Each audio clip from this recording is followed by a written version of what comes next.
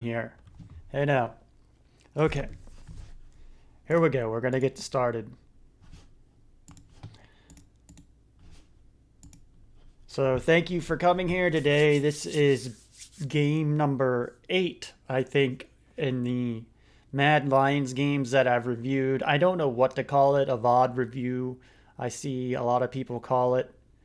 Um, you know, I'm trying to get an analyst job, an assistant coaching job, so I assume that that's what you do. VOD review is you pick out the analysis you see and pick out and help others that don't maybe understand the game as well, point out things on the map that they don't get. So we're learning and making it up as we go, just like everybody else in this esports arena. So here we go. First off, in my games, we'll go ahead and set up the rules here. The fundamental rule set is I have this thing called the line. So I want all of the League of Legends players out there to imagine either in top lane or bottom lane, there's an imaginary line that starts in the very middle of the wall or the corner up here and runs from one side of the map, from the top side to the bottom side of the lanes, right, is where I'm talking about, at least the start. So it splits the map perfectly in half. Now this is a horrible line that I drew, but that's as good as you can get from me. So I don't think I could do better than that. This is actually a good day. I've done a lot worse than that, but maybe someday we'll try this and I'll get a perfect line. So we'll keep hoping till the next VOD. But anyways, there's this thing I call the line, where if you're the blue player here and you step over that line, you are therefore on the red side of the map. It's blue territory, red territory. So if you're on the blue side, you step over the line, you are now in the red side of the map, which means that if you go on that side of the map over the line, you should be prepared to maybe not make it back over to your side of the map, meaning you're probably going to die if you're alone on that side of the map. That's just something, a fundamental to keep in your head. Don't keep it concrete, right? Like there are some other variables to add into that, yeah, it's good to go across the line right here. Mainly if you know you can 100% make it back across on your side of the line to your side of the map. So there's trying to do an explanation of that. So there's the explanation today. Maybe the next time I'll do it, I'll have a straighter line and be able to explain it even better. But I'm just setting this up because I'll refer to it in the game. So there's the line that I would like players to imagine, and that line also does move up. Like say blue gets this turret here, then that line goes like, this way, like that. Once they acquire that, the line goes that way. It stretches up. This is blue's territory now. So don't take that concrete, but that's a good rule to keep in your head. Or like bottom down here. Well, now you're on blue. I guess I also need to point out you're on blue team. Well, you're on blue team and your bottom lane, they win and take this turret out. So then that moves. You've got this turret down and this turret down, right? Well, now the line kind of moves up like that. So this is all blue's territory now. And on and on, Then you win mid lane and get the mid turret down, right? And then you get that down. Well, now I'm horrible with this, but I am getting better. Then this is all blue's territory, and this is all red's territory. So at this point in the game, you're pushed you're at the T2 outer turrets. It looks so much closer on this map, right? This makes the T2 outer turret look a lot closer. But anyways, you step over that line and you're on red side, you're probably going to die. I don't like to say the word die, so I say takedown. But if you step over that line alone, then you need a teammate with you, is the general rule. At least one teammate, or you need vision wards or something. So, okay, I guess we can go on. So, also I want to have something new that I'm adding to my VODs is I watch all of LCK that one person possibly can. Teams, please hire me out there. It's a job alone just to watch all of the LCK games and LPL games.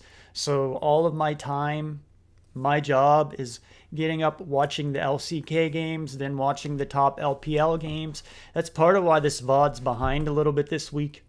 This is more of like an update VOD this week. Because also Mad Lions in this game, it was a very clean game, so there's not really that much to point out for him. So, anyways, we will have what I consider the clip of the week that I saw. So, because I'm sure a lot of you out there, if you're watching, or if you watch my VOD, maybe you don't have time to watch LPL and LCK. You're probably a LEC fan is what I'm going to assume. So here's the best play I saw this week. And normally I would not make a highlight. I'm not that type of person. I don't want to make a career off this unless you all watching my VODs like this, right? But this is going to be my play of the week. And it comes from, it's going to come from the LPL. And this is the Shy. I'm sure a lot of you know who he is. He's been considered the best top laner in the world for, I think he won the title in 2018, and he's been considered, I don't want to get into who's best and all that, and I don't like favoring players or putting a title of who's best, but he's very popular, well-known, very much viewed, all of his content, so some say he's the best top laner in the world, but this clip's going to show why. Right, so this is how you play Gnar, and this is a thing that I've always thought that was OP'd about Gnar that I probably shouldn't be pointing out, but I've always thought it was a little bit OP'd that because I play a lot of Gnar, played a lot of top lane, so Gnar is one of my favorite champions, one of my most played champions, right? So when you're low health and little Gnar, right, you can then turn to Mega Gnar, and it somewhat heals your health pool, right? So maybe you're like a quarter health or lower and you're in mini Gnar, and then all of a sudden you get Mega Gnar. It will heal your health pool a little bit when you go into Mega Gnar, and then when you turn back to mini Gnar, it's healed his HP, so it kind of lets him sustain, which I don't know if others catch on or not, and I don't know if it's something I should point out, but that's one big reason why he's OP'd, and this play of the week is going to point out why. But so please keep in mind all the Gnar players out there. I think it's going on up here now. This is a 1 vs 2 by the Shy. He is playing against Rookie, which a lot consider him the best mid laner in the world. He's certainly one of the most popular and well-known. He's won a world title. And then you also got Karsa, which is one of the most well-known and popular jungle players in the world. So anyways, this is how you play Gnar, and this is what Gnar is fully capable of. And that's why I'm pointing this out, right? So we've got the Shy up here, we've got Rookie here. And this is going to highlight what I mean about Gnar. He's about to get ganked. He's got Karsa here to help Rookie, which this is what I'm saying, like you go over the line. The Shy is over the line, and he should not be here because the Shy should at least assume there's a jungler down here, but the way the Shy plays is he doesn't care, which normally this type of play will never pay off, and you don't want a player to try to make a play like this because 9 times out of 10 they're going to die. But this play shows why the Shy is the Shy. And this also shows what Gnar is fully capable of. Okay, so the Shy is already on enemy side of the territory, and he's also trying to take somebody down that's under their own turret. Not to mention one of the best mid players in the game. Alright, and he doesn't even have his flash up. This is what's so ridiculous. So we're setting this up. Rookie doesn't have his flash. Karsa doesn't have his flash. So that's something to somewhat keep in mind, but still.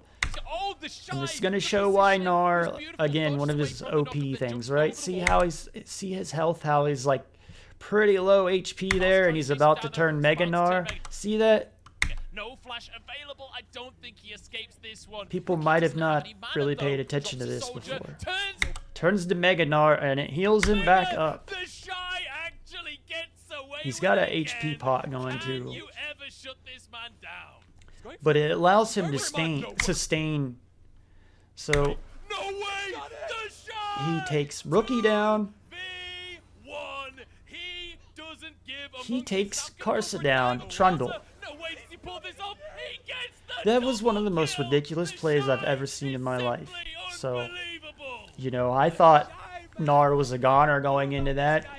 I know what Gnar's capable of, but that might be the best play I've ever seen Gnar make, or outplay. So once again, and again, I'm not into wanting to make plays of the week, but he's already in, the Shy's already in territory where he shouldn't be, and his team's down here fighting.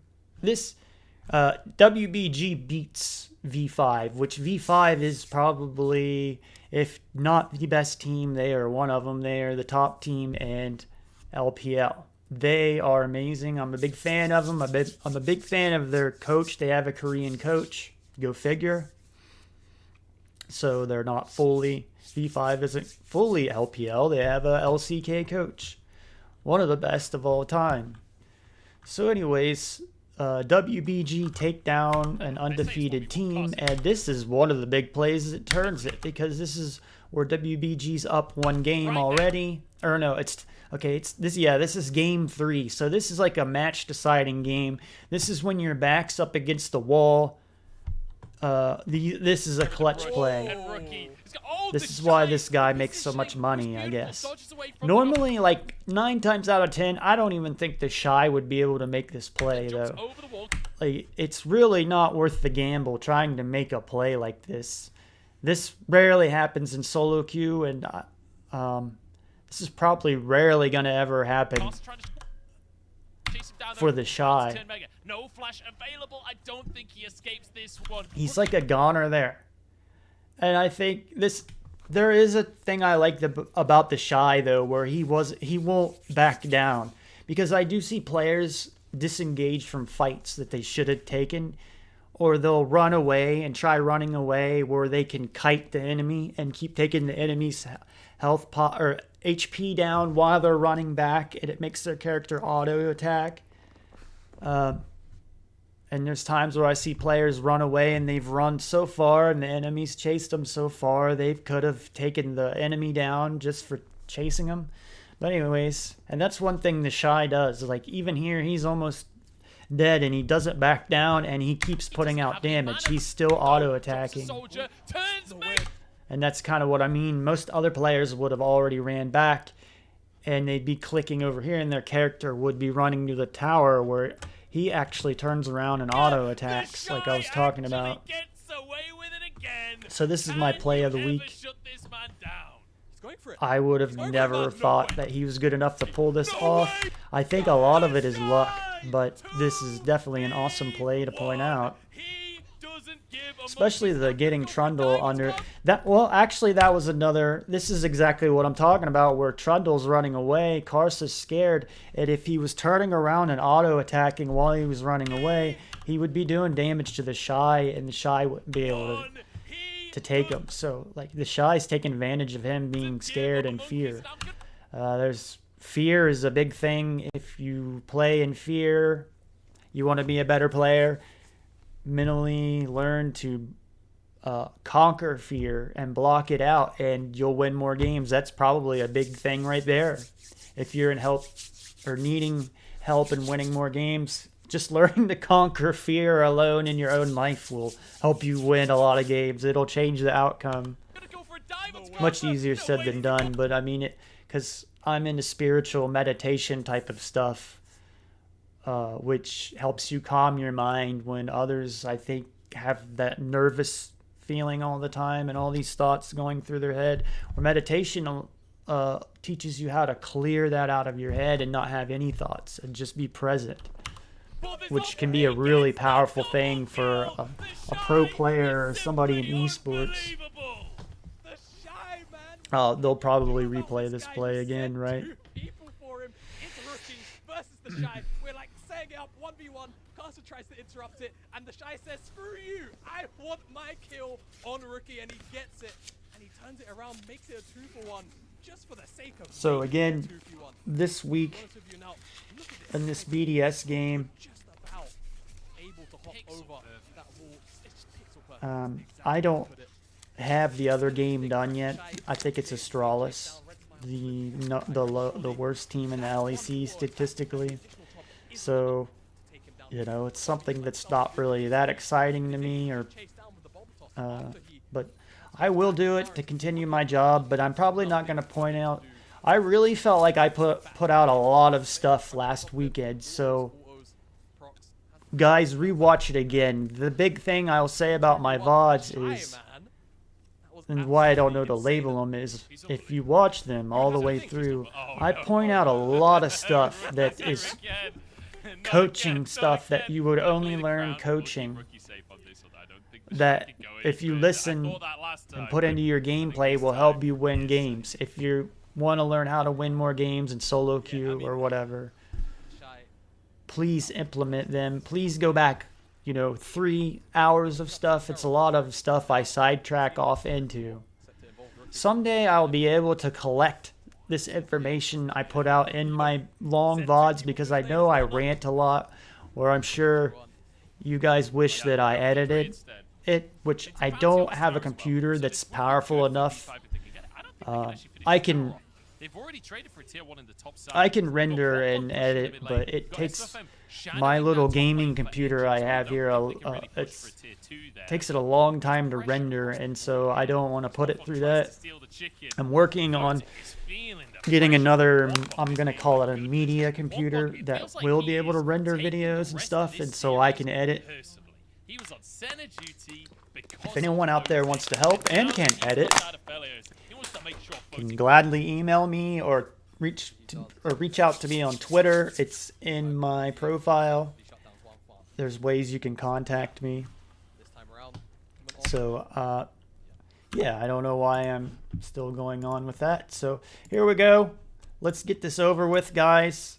This one's a little bit rough because it's these. I might even include these. This is a page of all timers. Let me go ahead and get our video going. Will be back on stage. In the meantime, we'll see what the draft strategy. So here we go. Getting banned away. Kalista, a champion that must be dominating scrims. While personally, we've yet to see that really impact stage. I don't know if anyone wants that, but this, I'm working on this list. Someday it will have all the champions. So this is first rank, second rank, third rank of all the times of all timers of all the champions. So when you're in game, you'll know exactly and be able to learn at the pro level of this. Because I didn't really point much out in this game. A lot of there weren't much notes on telling you Mad played almost the perfect game. It was very clean, so everything we look at in this game is going to be practicing, because I'm going to preach it over and over, is the cooldowns on the summoner spells and the ults. If all players in solo queue that don't know how to do that automatically did it, it would probably make them have a 80% win rate in solo queue and rank. I have no idea why you're cheering for ranking doesn't really matter, you know, it scales with your level. So. Yeah, dude. Like me, I could get Diamond or Challenger, but it may take me a very long time and a very large amount of games, but I know I could do it for you right now, right? But I don't have the time. My time goes to watching the LCK games, studying all the games every week, studying it, taking notes, logging all of it. I think that's the only way, really, that to take the notes is really the only way to remember the stuff, because you're watching so many games, it starts to go through and it runs together like one long game, right? So here we go.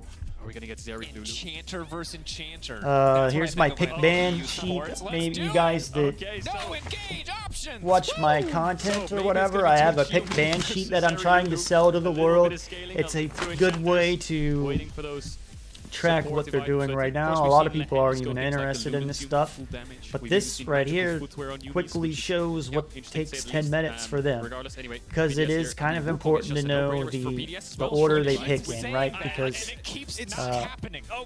this is blue side on the left side, like on the screen, and this is red side over here. This line divides it.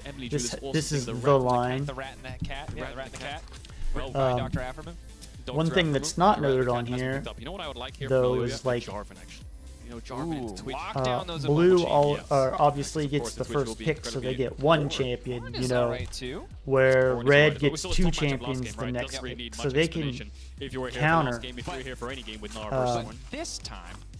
A lot of times red ends up being the OP side over blue because they get 2 picks up here that are top tier.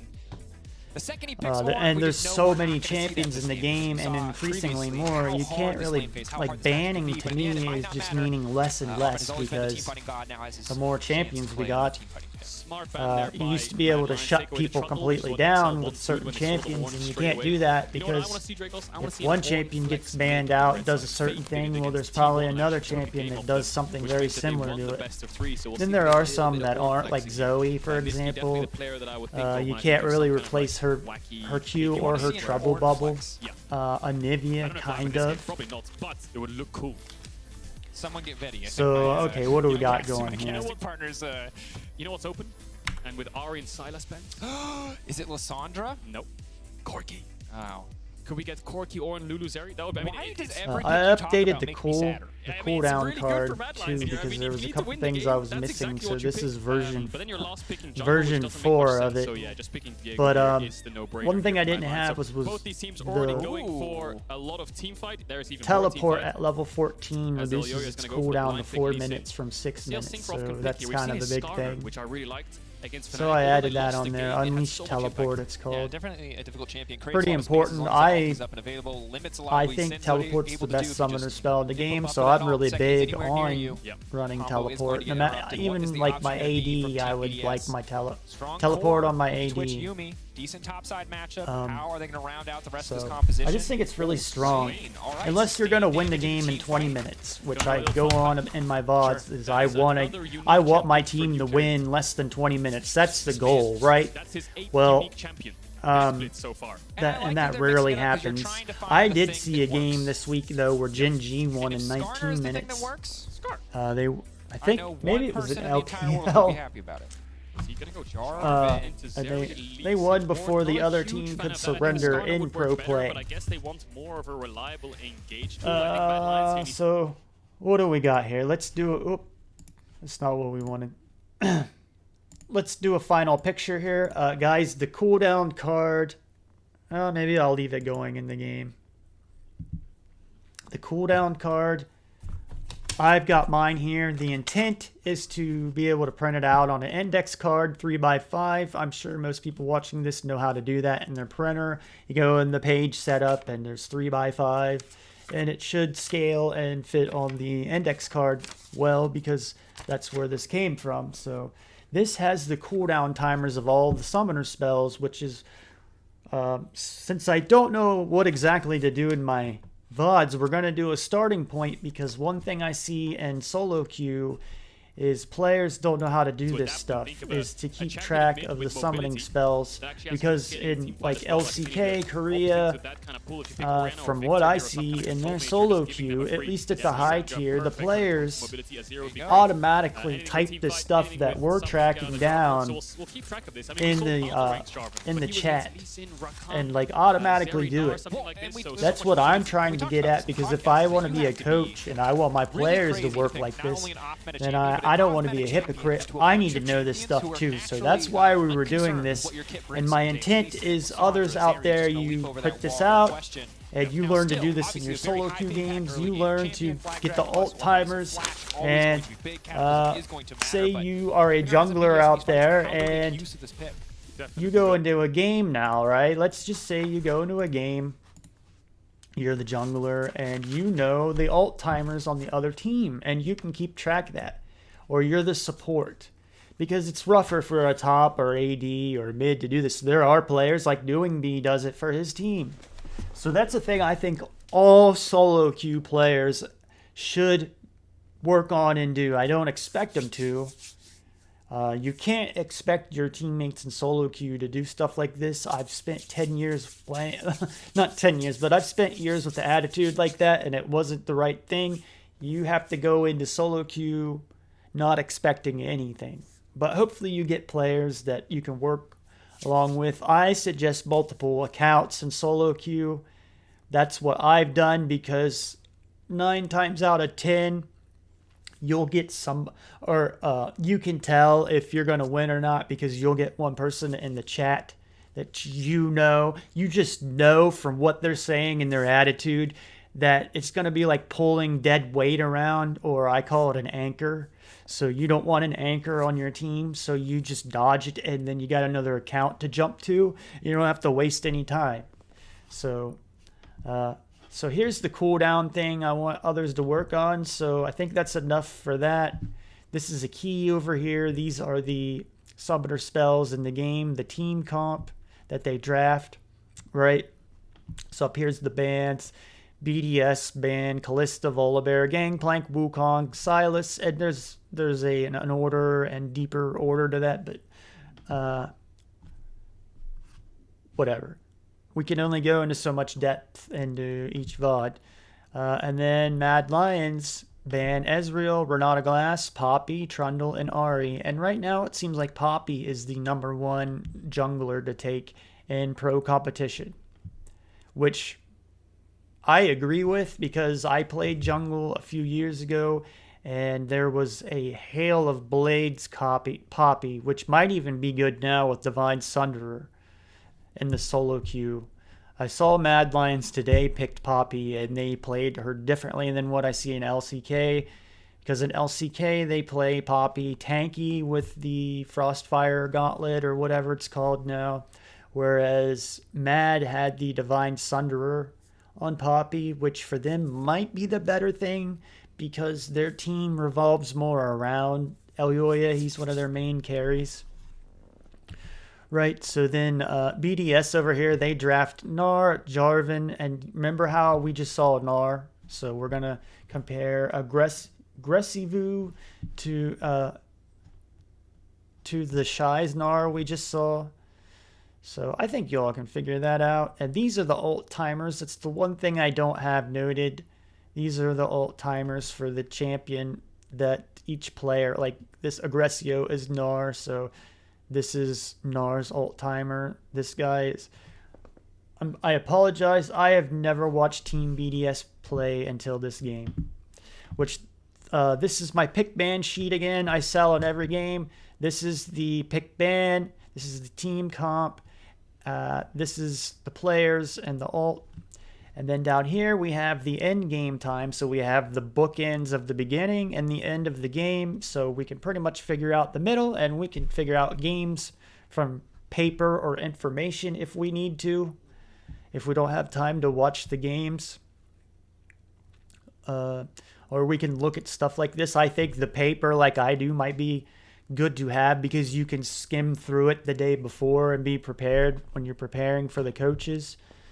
So Mad is going to win 49k gold to 38k, so a 12k gold lead. So let's get going, because my reasoning for this is for Mad Lions. This is to the intent of this video is as if the Mad Lions players are watching, or as if the coaches from Mad Lions are watching. I'm going to try to give my 10-year and this 36-year-old point of view. The outside looking in. I think I have what it takes to be a coach, so I'm going to go through this and see what I could point out. But I haven't put as much time into it this week. Normally I've watched the game once and taken general notes down in my little book, and maybe like watch it live or the day of, and then I do it again and take my notes of all the timers and stuff. And then I watch it again when I'm watching it with you. So I've watched it 3 times through. Well, I only did it once this time, because I don't think I need to watch it 3 times through. I could probably even do it on the fly with you all. But so we're going to see how it turns out this week. So, if y'all were watching all of it more minutes of it, I know it's a lot of content. Spellbook. Normally you see Lissandra take Spellbook with TP. This time he's got Ignite, so he wants early kill pressure. We'll see if But I think you could skip through. Would be the best lane to move towards.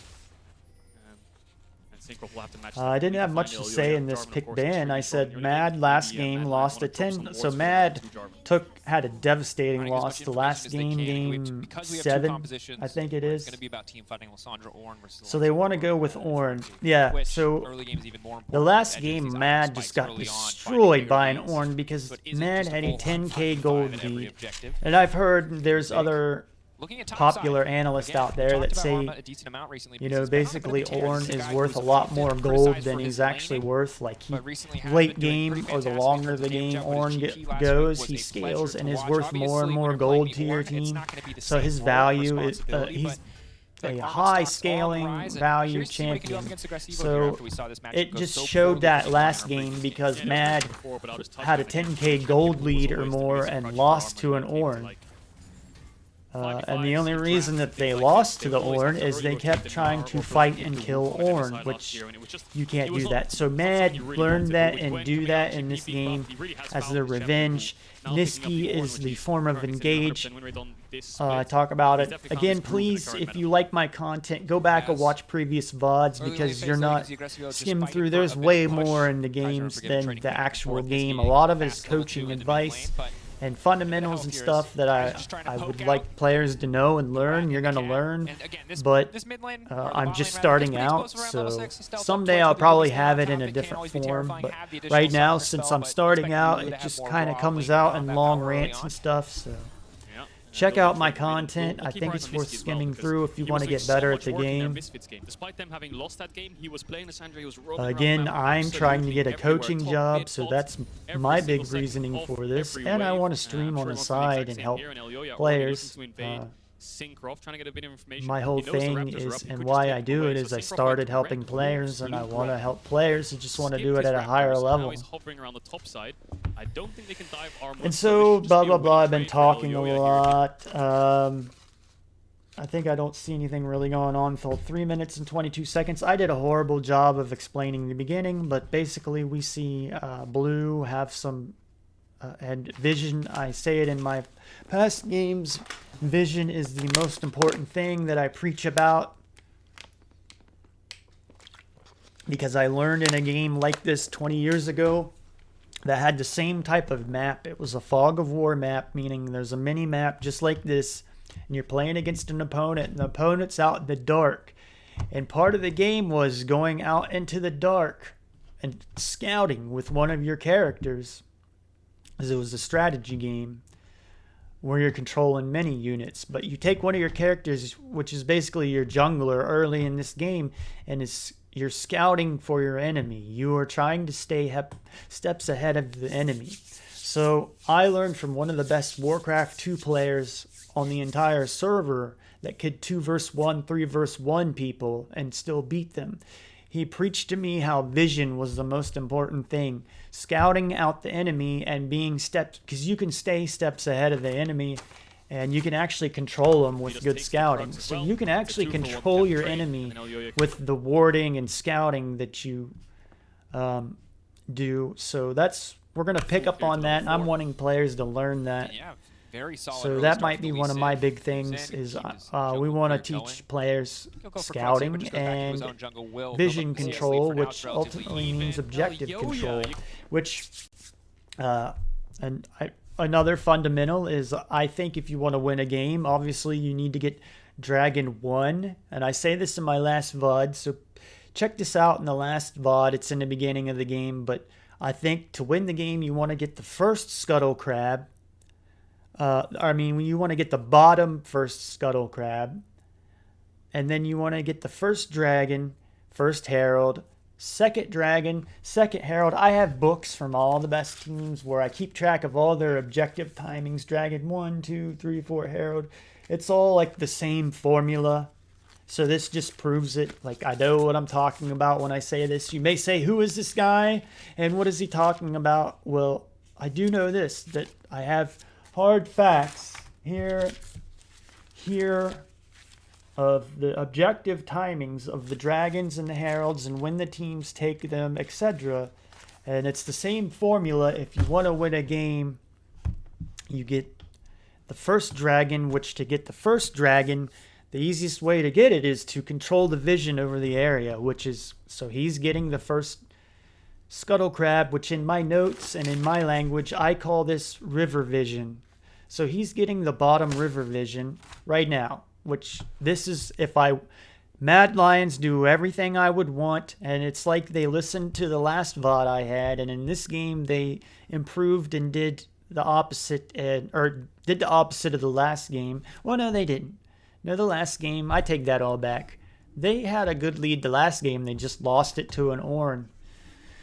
So Mad Lions is very well coached in the beginning and the mid game. There's just little things that they need to work on if they want to get top worlds level. But anyways, and that's why I want to work with you, Mad Lions. I want to work for you, right? Is you're very well coached team. I think I have great coaching and game knowledge, so I want to work with the best or some of the best, right? So you're the only group of coaches, maybe another out there, that I really would want to work with. So anyways, they start this by getting the dragon, or the dragon scuttle crab, because you got to get the first scuttle crab at 3 minutes and 15 seconds because it gives you vision over by the time the dragon spawns, which is 5 minutes. You will have vision over this, and this is objective control or vision control, which is ultimately enemy control, right? So that's why you want to get this. So they'd perfectly do this in this game. Let's keep trucking along. Now this is the formula again, and he started it off. To get the first dragon, you want to get the dragon first herald, dragon second herald. Most teams, if they kind of well, no, we're not going to say that. Some would probably say that the teams value the herald more, but the dragon is ultimately more valuable. So you don't want to let it. If you let it start here by the enemy taking the dragon, the first dragon, you're already giving them an in. So and I think some teams do this because it's just cockiness, I guess. Or what they call styling or whatever.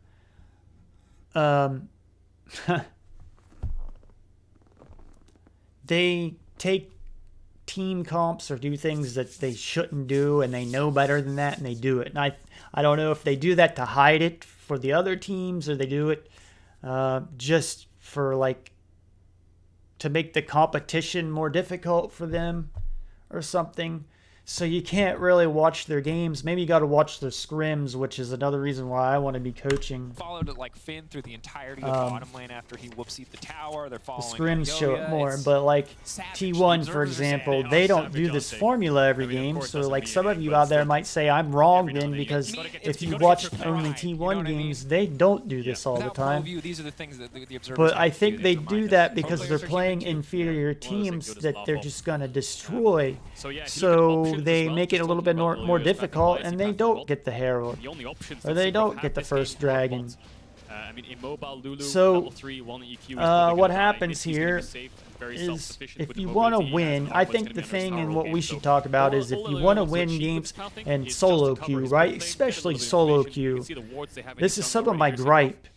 And then just try to take a good base is on NA, the solo queue goes for 40-50 minutes sometimes, whereas in Korea it's 20 minutes tops.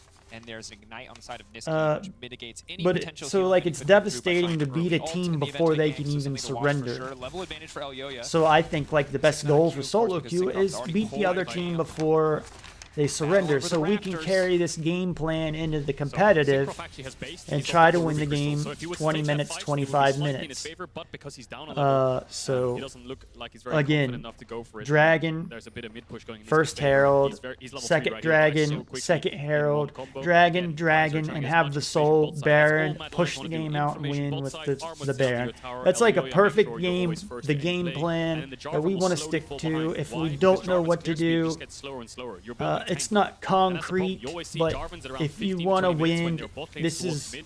They in take your stone, camps yes, because you're just stick to this. EQR stopwatch. That's your job. And by getting you this, living it for a couple means seconds longer won't by change your much. whole Your carry team's just does as much power. damage as Don't put it possible. on So just your you'll be a bit of a jungler, dog but jungler this game. I've been get the in dragon. that position So many, many a time when it Mad comes to Lions tank do junglers. that this game. They give up Just need to find some the kind of Herald play. I mean, because you have to decide when you're jungling or playing a game. You have to decide: do we want to get the first Herald or the top Herald and control the vision over the first Herald? Which I don't value it because like this, what Elyoya does in this game is what I want every time. Now, in concrete, that I don't expect it to happen every time, and it's, but me personally, I would want it to happen every time like this, and just this is our game plan, right? So Elyoya does it in this game, I think. So they do this, they set it out to get this first dragon, and you do that by getting the first Herald. Early game needs to get a flash. It makes it 10 times easier to have this vision over here and just walk down here and get the dragon because you're already doing it by the time the enemy picks up on it and gets their people down here to counter it, especially the first one, it's already gone. Needs to get an ult off when he gets level 6. Needs to try and force something to help his team out. Otherwise, the Jarvan pick nets you nothing. So Very difficult situation. Good news is the first of all thing the doesn't carries to happen funnel till into, here. certainly I think there was another thing I didn't point out either, or didn't point out yet, was Niski back in 1 minute and 25 seconds. Gets the ward that I actually talk about in my previous VODs, and now it's caught on or something. But if you're mid lane, big. Looking at top side. you want to get this ward that Niski gets, and you want to get it right here. He does what you're supposed to. Mad do like everything you're supposed to in this game. They must have got chewed out in the last game. I'm kidding. Again, we've talked about Arma a decent amount. You want to get a ward there at 1 minute and 25 seconds. That's some of the best placing that allows you to know where the enemy jungler is going to come out and allows you to play more aggressively to the one side of the map. So there we go. Like Niski can place more aggressively over here in case he gets ganked over here, let's say. Anyways, keep going. Recently, because he's been on a bit of a tear. This is a guy who was often So, which you might take and lose a corruption pot charge or something, but it's worth it to have that information. Again, Kaiser trying to get as much information on both sides. That's all. I think we were 4 minutes and 45 seconds in or something like that, weren't we?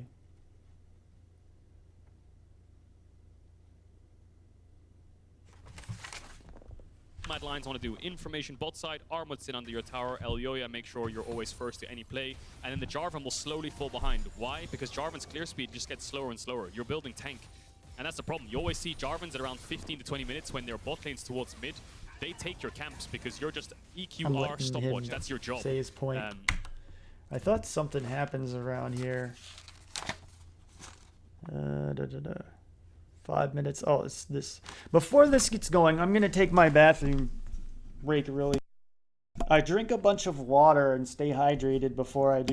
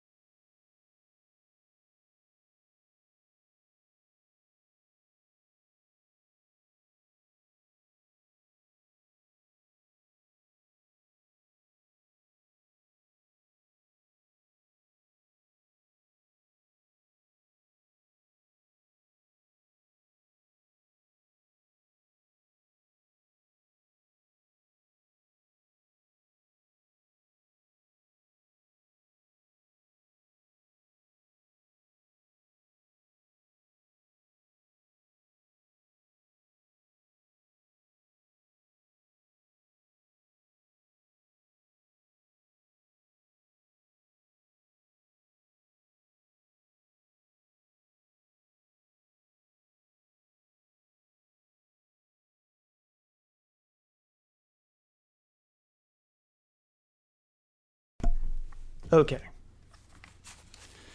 So there we go. Please close your eyes 1 second. Never mind. It doesn't matter. Close your eyes. This drives people nuts, right? But I got to look at the OBS thing really quick, so don't stare into the endless mirror. But I got to check my positioning real quick. It'll drive me nuts. And I want to see what my mic level is, so hold on. Hey now. Hey now. All right, are we good there? I can talk pretty loud, and I don't want to talk too loud at spike. So here we go. We're going to keep going. Sorry, but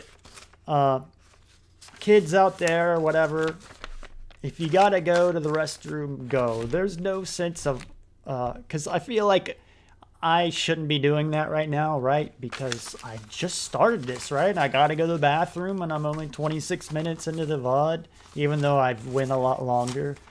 And I do want to keep this going because I can really, if you guys have watched my stuff yet, I can rant forever. I can just go on a wild tangent and spin and make a 14-hour. I mean, I literally have a 14-hour VOD. At the very beginning is where this all started. Please go back and watch that. There's a lot of information in that. So if you guys, I guess that's something I haven't said. If you're out there wanting more content of mine, there's a 14-hour long VOD. Just go in my channel, go to the very beginning. It'll say part 1 and part 2, presentation. It has all kinds, like maybe I need to label it better, or maybe I just need to promote it. But go into my YouTube and you'll see at the very beginning, 1 and 2. I did it for Mad Lions. I guess I can't really go into detail about it, but that was what started all of this, was a little test, which I do in my first presentation of my analysis of a game. So, because I had to do it as a test. So here we go. Going back into it. Well, my tangent was, I guess I do have a lot to say. I listen to a lot of podcasts and mainly talk radio and I grew up, I would pretend to be on a radio station when I was a kid. I wanted a karaoke machine. I would go out back, and it had 2 decks to record onto a cassette, so you could play music and record it on at the same time. It was made for karaoke, and I would play that and play like tapes that I had, because yes, I grew up on cassette tapes. I had a day of tapes, or I had days of tapes. And I would play music, and, you know, each song, like, give it a spot, say, hey now, everybody, where we go, the Beatles' Blackbird, you know, and put on, like, some radio voice like that. And I really do think I have a good radio voice if I want, you know, but hey now, everybody, this is Satisfaction by the Rolling Stones. But I don't think I want to be on radio now, though, but podcast maybe. So here, anyways, point of the whole rant, kids, is if you've got to go to the restroom. Now, I don't mean like in the actual game if you're playing, because you can't, unless you can talk everybody into pausing. But like me, where I was sitting here and I know I got an hour long. My goal is to do an hour in each of these. And hold it, and just, you can tell probably before I went, I was getting a little bit more miserable, and talking less and less. So I might as well get it out, right? So the video quality can be better. So speak up. The point is, kids, or you're in school or whatever, don't ever be afraid to have to go to the restroom and hold it, make yourself miserable. Everybody has to go, so nobody can tell you no. And you can use that principle with other things too, but they can't tell you no because they already go too. So it's something they also must always do, so they have to deal with it. I had a job once in a department store, and this was miserable. This was in 2015, and I sold sporting goods.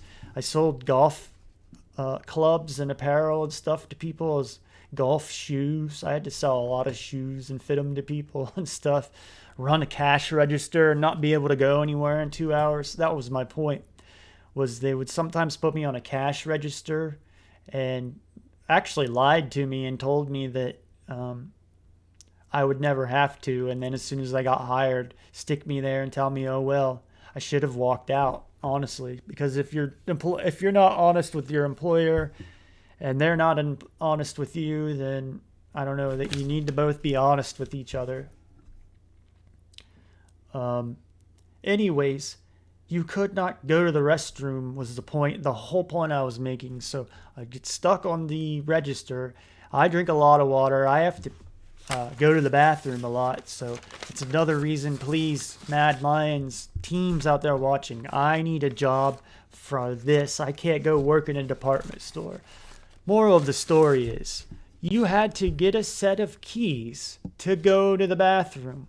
The manager had the set it. Well, there were more sets of keys, and eventually I had my own set that I would take every day. That was, it wasn't my own set, but it was like an assistant manager's set that they didn't pay attention to or care. So I'd end up with my own set anyways. But the moral is, you had to go to the manager and get a set of keys to go to the bathroom anytime. And you had times where people are telling you you can't go to the bathroom, and that's just wrong. That's one reason why I don't work there anymore. Comes to tank jungles. So moving on, I don't think anything really starts in this game until about 5 minutes and 45 seconds. The last thing we had was Nisqy putting this ward down here I was talking about. So if you play mid lane, the Razor Beaks at 125 is a great spot for wards. We've got, this is one thing too that I know about right here that my vision talks about, which also in VODs, I have a friend on a Eastern Asian pro team as an analyst, and like he kind of opened my eyes that I wish I had the actual in-game replays from Riot, which I'm hoping you get if you actually work for a team, but I can't see their vision here. Like Elyoya is standing here, so like Nisqy is playing knowing Elyoya is here, but he knows that this guy can't see him, and that's the vision. You play off that all the time. It's a Jarvan pick. I guess they're going to try to get him, because you see now, and they take the vision out, so we can only see Blue's vision right now. But they do this in really bad times. That's not good for us. So I think he's going to try to bait him into a fight, and then Elyoya is going to step in. Situation. Good news so is, that's what they're trying to do. That's what's going on in the map right now. I want to keep this thing down. Like I had a fear that, I did this in one of my VODs, that there's a mute button on my microphone. I have a fear that I'm going to keep talking, like coming back from using the restroom and keep talking and then forget that I didn't hit the button to unmute it. Which is certainly one of the best. Hitting 6 going in. Right, so this goes back in my notes again in the beginning. I say engage, and I say it way back to my MSI VODs that Lissandra is a good form of engage.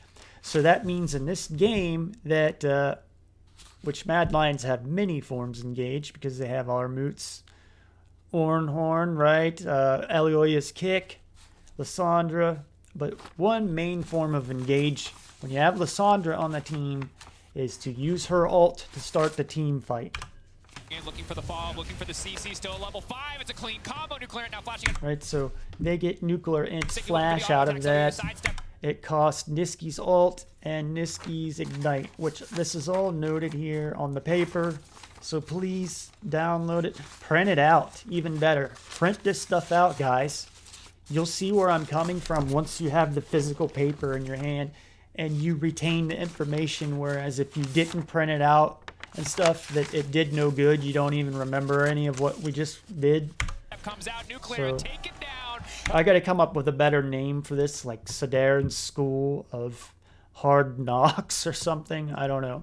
So we've got the timers in this. Elyoya is only level 4, but right there, obviously, Mad Lions were going to make a play because, which I don't completely agree with. Well, right there, that was a good one, right? Nisqy had the level advantage over nuclear int. So he was level 6 when Nuclear Int was 5. So that's a time to go all in. And you see the outcome, a takedown, which I don't like seeing dead. We also have up top Aggressive and Armut are fighting. Notice he got his ult and he already used it. So we have all the time, the cooldown timers on here, which I want us all to get used to and know in our heads like this. So like you could do this right here where I'm like, well, when's Gnar's ult going to be back up? So when's Gnar's ult going to be back up, guys, on this picture? And when is Lissandra's ult going to be back up?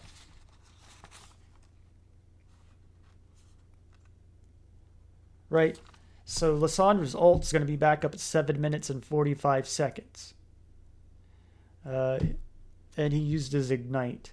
His Ignite is 3 minutes, which you got to remember in a trade. You start trading, you go all in, and you forget, oh, they had Ignite. You know, there's that one little bit of fight that you knew you shouldn't have taken, and oh, I forgot he has Ignite. You keep track of this, you know all of this, and you put it in the chat. And I'm going to do solo queue videos once we're into the worlds and stuff. Guys, I'm up into my head and ears trying to stay and keep watching the games as they come out, because that's the only way I know to be a coach and know the meta is stay on top of all of that. So that's a job alone doing all of that. And then I have 2 days in the week where it goes to this. I got to hurry up and record this so I can do the next game and get it done. Because I haven't even... Normally it takes me a day just to like slowly fill this out and scan it and all that. I'm getting better at it. And then digitally making the folder, and maybe everyone out there is laughing at me because they're younger and it's easy for them. First blood from the side of Mad. Oh, so we have the timers up here. Niski Ignite, 8 minutes, 45 seconds. Gnar's ult will be back up at 10 minutes and 5 seconds, or somewhere around then. Also, what, Blue got the river vision down here. So that's something to keep in mind. I didn't fully explain the thing that I was talking about in the beginning, but it's okay. We're going to keep explaining it in all the videos. So if you didn't get the whole picture, you will. But because then you got to start keeping track of who has what scuttle crab, right? So right now, Mad have the bottom scuttle crab. See, I did lose track of that. Bottom blue scrub, blue bottom. Okay, yeah. So Mad have the vision control over here while the dragon's here, which I feel like this is a given to everybody out there, but some of you don't know. But you want to get that crab every time you can.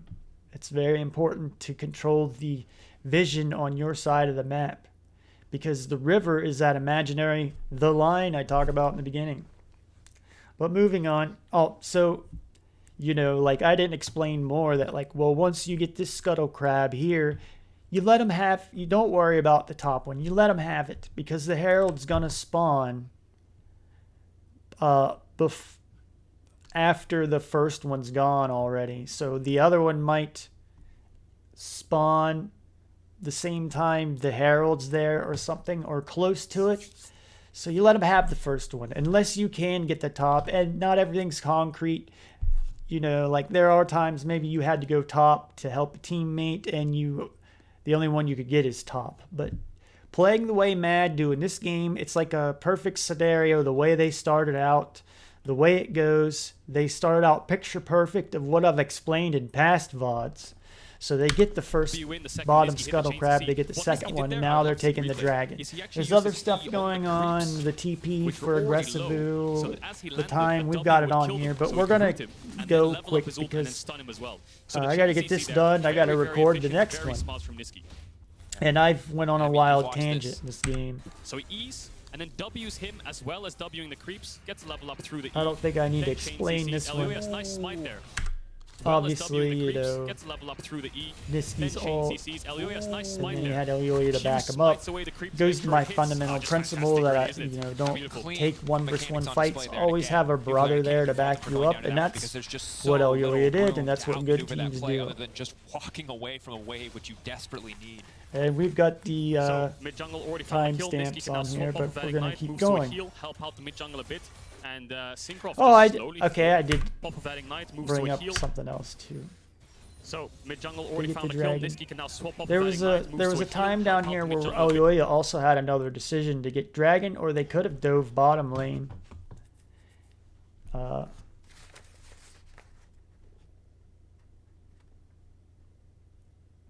Yeah.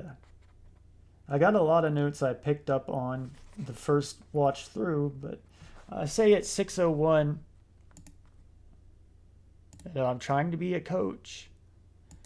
I did say Elyoya had two options here because that he had to decide: the dragon, or they could have dove bottom lane and got probably Twitch and Yuumi and then got the dragon. But they decided dragon here, which is the better call. I'm a pretty conservative player, even though in this being what season 12 of League and LPL and stuff, like diving turrets is a pretty common thing now. Far enough back that he was out of XP range, but also out of vision. And if he So were just Mad W in get the second the- Nisqy hit the chain to see what Nisqy did there. The first I'd love to see the dragon, replay. Nisqy Gnar actually burns used his E on the teleport. creeps, I don't remember which if were our already root low. burns his So or as not. he landed, a There's W would nothing kill really them, so going he could on in root the him bottom and lane then right level now up to his point ult and out. then So stun I'm him as gonna well. keep on So the letting it chain CC go. there, Keep very, on very keeping efficient, on. very smart from Nisqy.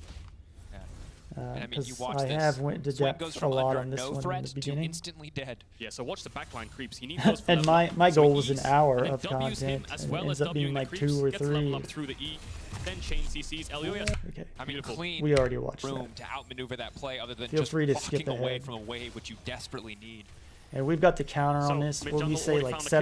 Nisqy can now swap 7:45? off This that is ignite, down moves for to a heal, Nisqy. help out the mid jungle a bit. And Which Syncroft to just slowly gank, falling like, further and further you behind, gotta but look at Jarvan one just thing when you falls gank off in the late game. solo He's queue really or strong early, whatever. can find early ganks, get It flashes, takes still two hasn't things found a to single gank thing yet. somebody. You Nisqy gotta has get both their his subs up. flash Ultimate will be up too soon. out Ukraine, of no them. flash. So first you So gotta with get Elyoya that having kicked, that out of them, basically right? So you kind of plan and negates the play ignite around being getting down, their and then you have enough flash out, damage for a not kill. so So much when he's level killing 6, the Nisqy has enemy. ult up again. Elyoya, There's more Nisqy has steps ulted to again, it. sorry. Now he's First gonna gotta revisit get the mid. flash. So easy too now, especially with the lost chapter. And that gives you things to play off of. That gives you ends to defeat the enemy, right? So like he doesn't, Nuclear Int here doesn't have his flash, so if he steps anywhere over this line I talk about, he's probably a goner. Although that here is very relevant, it's the potential for I mean, he roams, which couldn't we're going even- to see Nisqy do now. Moving up to the top side every single time the wave is pushed, you're either setting a trap, waiting for He them to almost misstep, couldn't or walk on going his to a own different side of the map. He's going to go top here. I think he's going to try and dodge the scuttle. No, he's going to show now. Armut's probably going to pop the ult. Can they get the kill? Like And I've seen we've with got his the good flash. timers of this orange flashing up ult. safety. When's Very orange early on, ult just going to be has back to up, respect it. everybody? No other major cooldowns. 10 minutes One and minute Nisqy's 13 time. seconds. I want you to be that Really quick. trying to force this Gnar wave back flash, in. 12 Now it minutes and becomes incredibly hard 55, for Aggressivo to get a 56 push in lane, seconds. right? His I want you matchup all in to be that isolation is fast, winning, but be the able to fact he do has it in no your flash head. is the next Armut's ult comes in, he's dead. If he has no 901, Mad information get the where Herald, Jungle is, so good play by they Mad should Lion be so far. We've playing seen early around. games like this before Again, by remember them when they've done Dragon, incredible Herald, deeds, but of course, Dragon, Australia showed us Herald, they throw it Dragon, away. Now Dragon, Syncroft's trying Baron, his and the best game to should something be around over. mid, but again, Nisqy just so mobile. I mean, he has a self ult, a heal, a flash. There's really Also, you need to get non-stop your push will be up soon as well. 100 CS He's gonna clear out a per pick. minute. Maybe you can look to force a Herald. Or I but mean, feel like 100 the CS, trajectory is in favor what is of it, Mad 10 Lions. minutes? Elyoya 100 will get CS, spotted on the Krugs. 100 Now he'll CS spot per it 10 in minutes, as well if so he walks in. I want all my laners. Obviously big, potentially because breaking the game open, now spotted if out. I don't think watch they really wanna take this Zayas, fight, he but is we're hoping to get him on at least the out of the area same, by popping the Scryer's Wound. Yeah, what would be ideal here for BDS? Sorry, is if I don't was know what around. to call I it. think in a 5v5 situation, they stand much better chance CS to number get level that 6 the on mid Yuumi, but lane, Mad Lions the setting best up mid quite early on. laners So can. Syncroft, what's the play here? What He's I'm gonna trying to look for- explain is if you pay attention to what I'm pointing out, the CS numbers being 100 at 10, 200 at 20, top lane, now bottom lane always has it. They should. If they can't do that, then you need to work on it. Mid lane should have it, but sometimes maybe mid had to roam, and so the number might be off a little bit. If it's Fake or if it's Chovy, they will have over the number of what I want. So it is doable. So then you might say top lane. Well, top laners can't do that. But watching Zayas, he can hit those numbers that I say you should hit, the 100. He will have 100 CS at 10 minutes or maybe a little bit more. But these guys, the top, you have to give them, and the mid, I guess, a little bit of leniency because they may have roamed and lost farm. And you have to keep that in mind, in consideration while you're playing. So they get that the Herald, which I just talked about. We're going to keep on rolling down. Nar used his TP, Orn used his ult, so it's down. Niski has his ult back up. The enemy team's making a play and you can't contest it. You're basically doing some cinema gameplay. You're just keep on keeping on. In your face, and there's it's a 26-minute long game. Again, I would like to only do about an hour of content. I've got 4 hours of notes the here. way that they're playing the map and the amount of opportunities that BDS have is shrinking. Certainly. And what's tough here is Xmatty and Nardate so would love if to get you out on want the me map, to would love to be a go part of really things. far They in have a depth super or strong learn combo, things, because their top side please is so again go quickly back to falling my behind further because they're so under VODs. threat. Even the There's really no games, space for because Syncroft the to way play the around games them are without set up giving up is something you'll else, learn on the opposite side of the map, and you'll learn a lot more very safe from it on than the watching the side. You game. just I'm walk going to away from point those out things. I'm forgetting coaching as the things that cleanse. you probably Very want to defensive know. option from the bot side of Matt Lyons. I go So now through that. Syncroft options have gotten a little bit better though because he's level 6. We'll see if he can force something bot. He'll get level 7 off this. Eradote is level 6. Now he needs to look bot. He needs to look for something onto Kaiser. You know, Unforgiven, very hard target. But killing the Lulu will be pretty easy. But we'll see So what Mad this Lions do here. right Their here, bot Mad lanes around mid, Lions their are junglers around mid. They're 1k playing gold 4-1 up on lane for on vision. And if we could look at BDS's vision here, BDS. observers, I've they never actually watched see nothing BDS till on the this map. game. The second Niski pushes this wave in and disappears, you can't actually do anything when it comes to contesting vision. Syncroft's going to try to walk up here because he spotted out Niski. And now it's so dangerous. You can see he's so hesitant. Where's Okay, so what can I do? I can't they really should walk have up. been Zeri could jump planning over around in a getting second, the but Herald. He has to do it eventually. He's waiting for Manny to push out They bot. got that, so they should be planning now again in the Formula second Dragon. So Mad, they want to win. They should be internally as a team in comms right now. Maybe even talking internally because I say it like 2 minutes. You want to at least start working on it 2 minutes ahead of time on the spawn. But they should already be working on that and planning to take this dragon as soon as it spawns. Because you want to keep up. There's a momentum thing to this. This is why you gotta keep at it. You'll beat your team, your enemy team there if you keep on this. They'll only be catching up to you. You'll be a step ahead of them. And it starts with Dragon. And you can start with just Heralds and stuff, but if you want to win in the 20 minutes, 25 minutes, and beat any team, this is the formula. And this is what I guess I'm gonna keep preaching on the bots. So here's the Dragon up now. Niski, notice how he pushes his lane in like I want my players to push in, meaning the enemy wave is pushing into the, or I mean his wave, Niski's wave, Mad's wave is pushing and taking doing damage to the BDS tower and getting the plates, the gold. Like I think you get 100 gold for each plate or something like that. And that, again, you want to win the game, you want more gold to buy items. Get as many turrets as you can because the turrets add up to a lot of gold, and getting a turret or two in the plates give you another item, I would say, or close to getting another item that you want. Back away, give up the push, and then they should be able to turn towards a Drake or a Herald bot here. And Syncroft being top, they know he's there. I'm older, that type of stuff doesn't appeal to me, but I know you younger players out there, and I guess maybe older players, you want your items. That's what you play for, right? So, see, it's 80 gold. Maybe it's 100 when it's just one, but so and I think what BDS 80 saying gold. Here is, okay, guys, we've missed our early game options. That's so I point this out. This is a good usage of Herald. This is what, again, Mad do like a picture-perfect game. They're also getting the dragon at the same time. Also, you want, maybe this is why Mad decided on it this game, but you want the dragons when you're at least running a scaling comp. I can go into further depth of that, but right now we're not. So the dragons help a scaling team or scaling champion scale. So it scales really strong. The later the game goes on, the stronger your character gets. The dragons Ornn is a scaling champion. The dragons greatly further help Ornn scale, especially once you're getting 20 minutes, 30 minutes, 40 minutes, which the last game, go watch it with Mad, they lose to this. So they're doing it this game. They learn their lesson. But this is like a perfect usage of the Herald is what I'm saying. So here, Mad is doing the snowball. Basically, it's called T1 Snowball, if you want a name for it.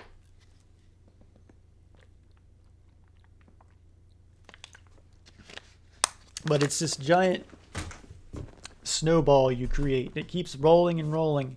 And in any sport, momentum is very important. Once you have momentum, if you let up, you're giving your enemy or person, well, you're giving the enemy. That's probably what the calls are. I don't think you call your opponent enemy, right? So you let your opponent back into the game. Whereas if you keep snowball rolling, keep all the momentum, you're just choking them out to where they just get to a point where they cannot defeat you and you easily win. And so you just keep choking them out. Take this objective away. Take that objective away. Maybe it's a way of thinking that losing teams and players have that is why they don't win. Like maybe thinking about I mean, even on the top side, Arma not that far behind. Maybe they don't think like when they don't get a dragon because they don't feel like grouping up and taking the dragon out of laziness. But maybe they need to look at it as we're giving the enemy the dragon, and that's making it more difficult to win. So the laziness of not wanting to go there didn't pay off because in the end, you spent longer than what it would have taken to win or whatever. They're scared of a play. So anyways, we got Armut burning his teleport here, so that's good. That should help him in top. He can keep BDS temporarily have an advantage over Mad because they have a teleport. They could make a play somewhere on the map, like the bottom side of the map, and Mad couldn't do anything about it. There's further in depth I could go to about the dragon and what could go on right here, but we're going to keep rolling on. I don't want to bore you to death either. As good as the early game looks, that it's looked even better in other games, and those games blew up in Mad Lion's faces. So when you said respect earlier, I think that's such an important thing to highlight, because while here right I now, say Mad gift Herald 2 to BDS. Look at the power of their team composition. If Mad Lions misstep, if a few kills go into the back pocket of that Twitch or that Swain, this game gets very hard very quickly. Because LolEsports, yes, he has a core drinker. He has it a little bit ahead of schedule. And he's feeling great, but after that, he has a stopwatch already. Stopwatch much more explosive, so he can't afford to make mistakes. It's probably the most powerful thing in the game, most powerful, efficient value that you can get in the game. And that's exactly what they're doing. So BDS put 3 members mid to get some mid vision. Put what will Mad Lions do? They'll push up bot, and they'll send 4 members. Okay, that was the time to talk, I guess, because there's not much going on right now. Another ward here. Kaiser's been placing this. Kaiser's doing his job. That's at you least know, pay attention to him because he's all over the map like he should be. As we talked about, his only options are bots, but it's just shut him down so many times. And the game works in stages, right? You know, you've got the early game. See, right now the lanes are what I consider neutral because they're both at the line, like it should be. They're at the line, they're at the line, or close to it. And really, it's like a game of ping pong, back and forth, tug of war. On the lanes they may have wanted to, and I don't think Aggressivo got many plates, but now we're going into stage 2 here, into the mid game. They have item spikes, first items. Manny needs a pair of boots, and that's what he's building towards. Get the Berserker Greaves, and then around this next dragon. Again, please watch my earlier content. Again, I didn't point out in this VOD, but the level 1 to 2 power spike is probably the most important in the game. The first 10 minutes of the game is the most important to pay attention to because people can play mid-game and late game once they get items. They're interested in that. It's the first 10 minutes, like when they don't have an item that they think they're not as powerful, and they're more powerful than they think. So you gotta like keep that attitude at level 1. You're just as powerful the entire game. It's just the damage you do gets higher, and the enemies and the minions get more hit points the longer it goes. To make it so contesting that objective. Because again, another thing is Navy players don't keep in mind. You want to level as fast as you can. Obviously, levels over your opponent is the first #1 thing that allows you to win, right? If you've got a few levels over an enemy, you should all in and beat them. But that's not true on everything. We got a 1-kill game in our second. They are slowly but surely. And also, this game, when you have a gold lead, it usually means you're winning. That's the one way to look at when you're judging the game. Well, who's winning? Because these numbers here, like they have a 1 here. They don't really mean much as the gold. They could be. They do mean something, but I don't want to mislead you with what I was saying. Oh, and I kind of talked over that. Mad let them get the Herald of this game. To use vision over. So the tower will die. Mad Lions are showing numbers here, and their bot lane can collapse. Why? Down. Because they were No, getting it won't. gold But from the it turret is and a plates window and for them to stuff. I contest the didn't dragon. They exactly can't go pay through mid attention to because they what show all was in their going entire on. I jungle. could go But they back can go for through you, bot but and then go into the river from there. Aggressivo is holding we mid, do. If you're cover getting his team, excited, and now there it's is 5v5. a fight Mad Lions coming want up the dragon, soon. BDS So want the dragon. that's when I think a lot of people get excited. They're bored when there's no action or 15 anything. seconds after it fades I'm the away, type he's of gonna guy, wait. like, they Start could stacking go range around again. not killing each other, and I'm fine with really good that. position Just here. taking Not the sure if he turret was spotted, down but would he could still go be around exciting here, to me. wait for If they know how to Manus. do the laning of Agressivo knows there's 100 flank hit happening CS. here. He's trying to mark a Elio, minute. and he finds him. Really good play there. Small intricacies of the fight. Again, now So it's about the Mad battle for still have the mid-bio. river BDS don't really control want the again. 5-on-5 I to, call like, this stack with Meganar the scuttle again. crab is what I Lions trying to call take in this my notes opportunity to river play a bit of a control. trap here. So bottom Keep river waiting over the control, wall, but the meaning dragon they have has been control accurate. He over forced the one way, bottom first one river unforgiving, getting ready to objective kick things off. Not a lot of damage coming out from it, but and already the starting to middle lay of down the a poke. river. Arming off to the side. A lot of You damage, know, but so like if you want to get this dragon, obviously if you have the scuttle crab and the ward it places in front of that, you have a much higher chance of Dragon's winning, half right? HP from the Your dragon alone, opponent's below going to half have a HP. difficult This really time sucks for Niski. Is he gonna swap getting to that TP, objective back in? if I think he's gonna have to. Otherwise they they're or just gonna you to have keep this. He won't have Ignite for the fight, then no, he's gonna stay. So a lot of ducking, dodging, and diving here for both teams. Neither wants to start it. Hesitation on both sides. Waves being pushed. Does Niski have time to run from base? So again, I have all the timers. They should just force this objective. They I have a kept 4v5. track They have on a here. window here They to force may this. They have a way give or in. take a LEO is little giving bit them the longer you space, go into the game, but they're whereas still players extremely get hesitant. the cooldown This is boots, big right, fear of and commitment the from both sides alt here. timer. Like a high school boy. I don't know exactly how to do the, it used to be What? 20% and now Dragon, it's getting ability started. haste, and I don't really know how that number Little is bit of portal gaming here. configured, Elio but waiting for the flank. we're Looks like they learning. want the full-on 5v5. It's better That's than the where final we tower started now out coming from the out. beginning. Ornal's I gonna feel go like across the we're entire team. But now improving. full value. Nuclear is still standing. Burn it over. He's gonna turn it on. I guess let me rewind. There I was talking.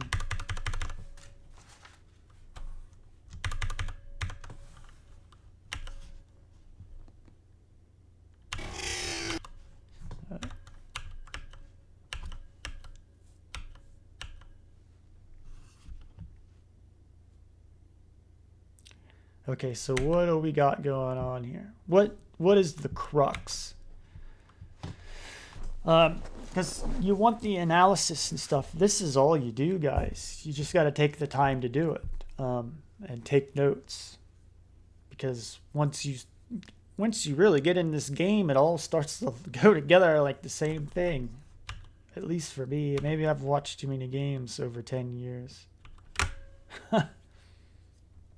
So it looks like BDS here. They go. Did they start the dragon off? I noticed Mad Lions, and I put this in my other VODs, that they pulled the dragon out of the pit, which is what you do, or what you want to do. At least I see the top teams, they pull the dragon out of the pit. It looks like BDS know how to pull the dragon out of the pit. Mad lost a game to Rogue because all they needed to do was pull this dragon out of the pit, and they would have got it. But live and learn. So okay, what do we got going on? Somebody did something here, and let's take a look at our positioning too. BDS is kind of really grouped up here, so you call this what, a choke? Like they got a choke point where they're all bottled up and they're stuck at one entrance, where like Mad Lions have two entrances they can come from. So that's one thing. I think that's what you call a choke point, is like right there. Like they only have this entrance to go out, where like Mad could split up. Basically, they have two routes. Anyways, so the one thing in team fights and why people lose is the positioning. Which I went on about my wizard last week, how I was one of the best wizards in EverQuest for years, which is what WoW was based off. WoW copied this game. And what that meant was, in my raid of 50 some people, my character over the 10-minute fight, 15-minute fight, it did the highest amount of damage of everyone. And people would get jealous and stuff, and they thought I had a secret and everything. And I would tell them my secret was, I did have some secrets I wouldn't give to them. They would go into the fight that was 15 minutes long, all in, all their energy, right? Right in, and then they would probably, like a wizard, for example, if it gets hit by a raid boss, it like instantly dies because they are so squishy. Just like in this game, a mage dies easily. That's how I see them. I see the classes and characters like a warrior and stuff. Like Warren's a warrior. So I see and think that way, and I assume a lot of the people that play this do because they probably played WoW. So I played the father of WoW for 20 years. So anyways, like Kaiser here, he's squishy, so he wants to be back here in the back, right? Or if you're an AD. And so they would die like 3 minutes into the fight, 5 minutes to the fight, and wonder why I was number one and how I did so much damage. And the key to how I did so much damage, the number one thing is I would survive. I would make it to the 15 minutes. Like, I didn't need res. I didn't mess up. Part of the game was to be the best and even have the highest DPS is surviving. First, you have to survive. So you, in fights, you know, you want your tank in front taking the damage while you're trying to figure out where to go, because there's always going to be some type of lag. You're not going to be able to instantly make a decision. And I think a lot of this game and stuff, and even the pro matches, they get to a point where they don't know what to do and all the players are impatient. I think one big thing, and what I want to hit on and coach, is patience. I play golf, right? There's 4 days of playing 18 rounds to winning a golf tournament. You got to make it to the end first. But they get to a point where they just coin flip, where they don't know. Even in solo queue, I think everyone and people maybe admit to this. You know, if you got questions and stuff, if you agree to this, you're in solo queue and you get to a point where you just don't know what to do, you coin flip the game and just go all in and see what happens. But the better you are, the more you know. You don't make coin flips. You know what to do in every situation. And that's what we're preparing and working on.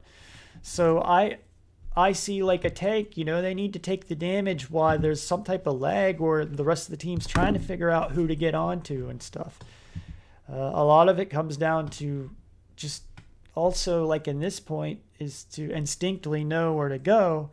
But we don't want coin flip. We want to know what to do. And in some situations where you practice and scrim so much, you do automatically know what to do in this situation, so you don't need to coin flip. Right, so aggressive. I call it to, like you say, what, Greedo on Star Wars. That's my positioning rant for today. I got to keep going. Right, so I think we had a Yuumi ult firing off, which BDS retaliate with, but see, they're in bad positioning. So first off, like, this is really bad positioning in my opinion of Yuumi, because you're using Yuumi's ult on one person. I want Yuumi's ult to go on all of them, and it comes back to what I was talking about the choke point. They had 2 entrances. They had a huge point where they're not grouped up. Like, if Mad had Yuumi and they were down here like they were in the beginning of this fight, and you're hitting all 5 of them with the Yuumi ult, rooting them, that's a good use of the Yuumi. But this wasn't. And so Armut, you know, he's Ornn, he's tanky. This is just like what Mad did this trick fell for this last week. They would all just target on the Ornn, which is not the person you want to go for first, unless he's like off to the side. And sorry about that, unless Ornn is off to the side and you know you can 1 versus 5 him, then yeah, you go for Ornn. But like, I mean, cause see, you got 4 people putting damage out on Ornn, and did it do that much to him? It gave you what, a second, 2 seconds. So first off, first mistake for BDS, a waste of a Yuumi ult.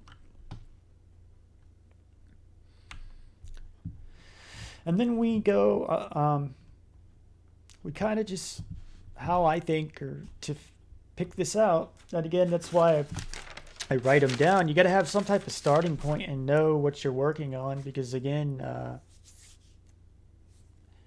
from what I know from college and stuff, if you write stuff on paper, it commits it to memory. So for me, that's the only way to even remember this stuff a day later. Once I look at my notes, I go, oh yeah, that happened, right? So we got, and the retaliation of who shot who first, which Yumi already used their ult. See, this is going to be a good ult for our moot, because again, they're all grouped up. And in League of Legends, you don't really want to group up as your team unless there's some situations, but like when you're against a poke or like Jace or something, or Gangplank barrels, you're just asking to get maximum damage put on you. So we get the Ornn ult retaliation, which is going to knock like all of them up. So again, I can't, this is why I'm going to go into detail on this fight. The next fight I might not. But so our moot gets a great Ornn ult there. It knocks like all of BDS up except for Maddie over here. So, which Yumi already used, or BDS already used their one big form of engage or crowd control. They do have Gnar ult. And this time too. So since Ornn, also when you're in this point of coin flipping, like you don't know what to do, you kind of just mash all your buttons and let it go. I mean, that's really what a coin flip is, right? It's when you don't know what button to hit, so you just hit all of them and hope that you survive. So in this choke point here, and in retaliation to the Ornn ult, like Eridot uses his heal as Ignite. Twitch has already used his ult, but it's too late. It's not a good spot for his ult at all.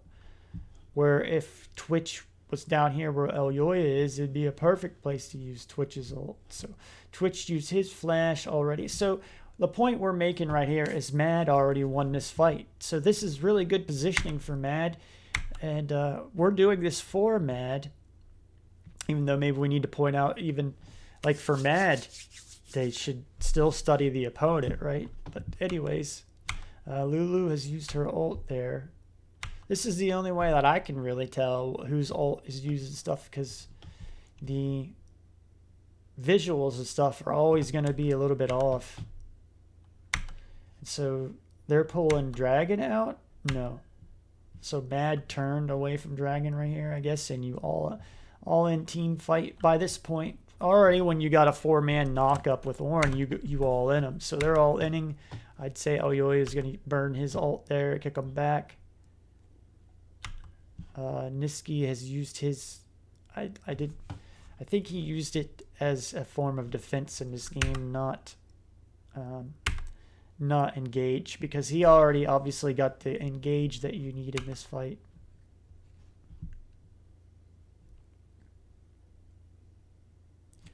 So I guess Niski decides he's going to heal himself up there. No, he used it on somebody. I mean, I don't really know what more I could point out in this fight, because it was just explained the choke point, I explained the positioning.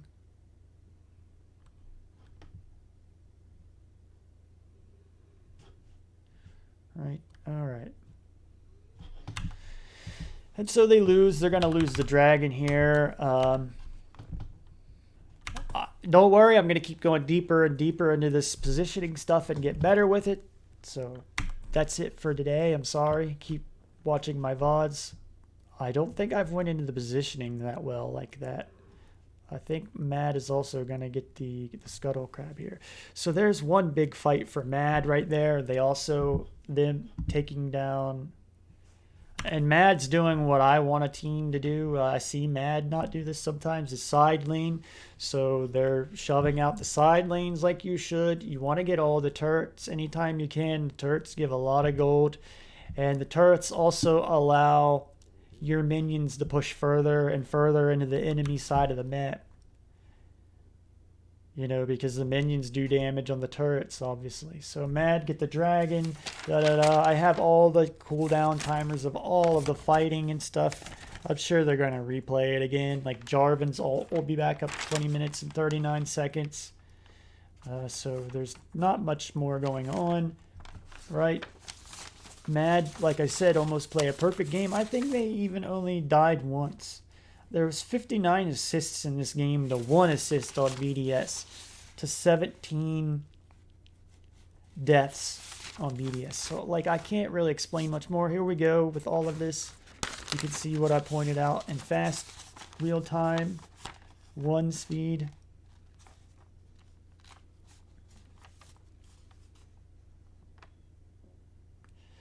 I've done this for so long. I really don't get excited by plays and stuff like that, but I know the younger folk do, and I know some older do. So I know people out there do love seeing plays like that and over again. Me, when I'm like trying to analyze this and they show the replay 5 times, I don't need to see it 5 times. So we are 20 minutes and 31 seconds into the game. We got more fighting going on too, so I don't even really think I need to break this down. Again, okay, we had Lissandra's ult at 20 minutes. 20 minutes, 34 seconds, we got Niski's ult. Right, so they start fighting again. I don't know why BDS start fighting them again. I could go much further into depth for this, but I don't really think people want a 5-hour Mad BDS game, especially when it's like a perfect game for Mad Lions.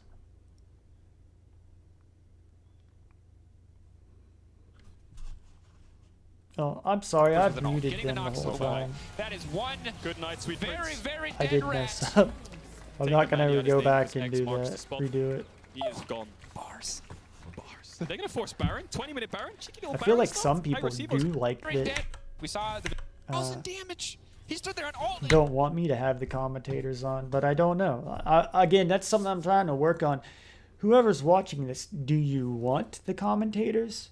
Because I feel like if I was watching, if I didn't watch these games or I want to rewatch them, I don't think there's really any VOD review designed like this out there, where it would be nice to have like a friend watching it, or a brother or a teammate or a coach. I want to be like the coach in the room explaining whoever's watching this that doesn't know, pointing things out to them that makes them get better in this game. So that's what I'm trying to do. And I think I've seen Vedius kind of does that stuff, but that is my goal. So that's my whole point of this. Even though I'm wanting this to appeal, I would love to see the Mad Lions coaches watch this, or the Evil Genius coaches, right? But I also want it to appeal to the general audience. Like in front of 3 people for like 6. So I feel like, and the commentators do help you keep going. Like, for example, for me, I'm one man. I can only explain so much, right? The commentators sometimes, they'll say what's going on one place, where I can look at someplace else, and then in my mind see both. The way I think, I can see what both things are doing at the same time. Seconds to 1,000 damage. That's what I don't know. When people watch this game, are they watching just one player? Are they fixated on just the one player? Me, I'm watching the mini-map, but I'm watching what both top laners are doing. I'm watching all 10. Look at Orn damage. Hell yeah. So I don't think everyone watches it like We that. saw the Vizichacci early game in the I don't know previous what to game. He was point out and stuff. So I think there are others out there that don't see it like I do, and they only can see one thing going on. So they got somebody pointing out something else. They've only watched the one thing. Maybe they've only watched like Kaiser, so they only watch this to watch Kaiser, or Elyoya, and they only watch Elyoya. Maybe I'm going to point something out to them that they never hit on, and I'm going to make some type of euphoria or reasoning. Aha, I get it now. And so maybe I'll trigger something for that player. Able to do a lot until those late game stages. This game, Arma hitting multiple members with an We don't have, let's see, this fight here. Gnar can afford to go this and be all the way over here on this side of the map, because he has his teleport up, where Armut does not. So Armut really can't venture far away from his team. So we get another fight here. I guess either Mad or listening to me and doing what I like to try to win the game in 20 minutes, or this is an inferior team. But either way, if, like, say you're Mad, just win the game in 20 minutes, guys. Don't allow BDS a chance to get in it. Not putting BDS down, but you are a top team. Everyone expects top play out of you. So when you're playing around with your food, messing with BDS and going for a 4-minute game, you're also harming yourself later on when you go to Worlds. You've watched T1, you watch V5, you watch Gen G, they will just dominate. I'm loving Gen G now. Gen G used to be a team that took 40 minutes out of the game, where if you're a fan of Gen G, you're like, well, I could go do dinner now, and I can go cook, and I can come back, and then I can catch the end of it. I can go take a shower, come back, catch the end of the Gen G game. They're not like that anymore. They have new people running the show. Their team is completely different. I was a big fan of Griffin. We've got Griffin 2.0. If you have not watched Gen G, please Google and watch Gen G games. Gen G. Because now they win in less than 20 minutes. They are listening to me. Please, you win the game in 20 minutes or less, always, against everyone. Because when you're letting the other team into the game, you're also prolonging how long the game's going to take.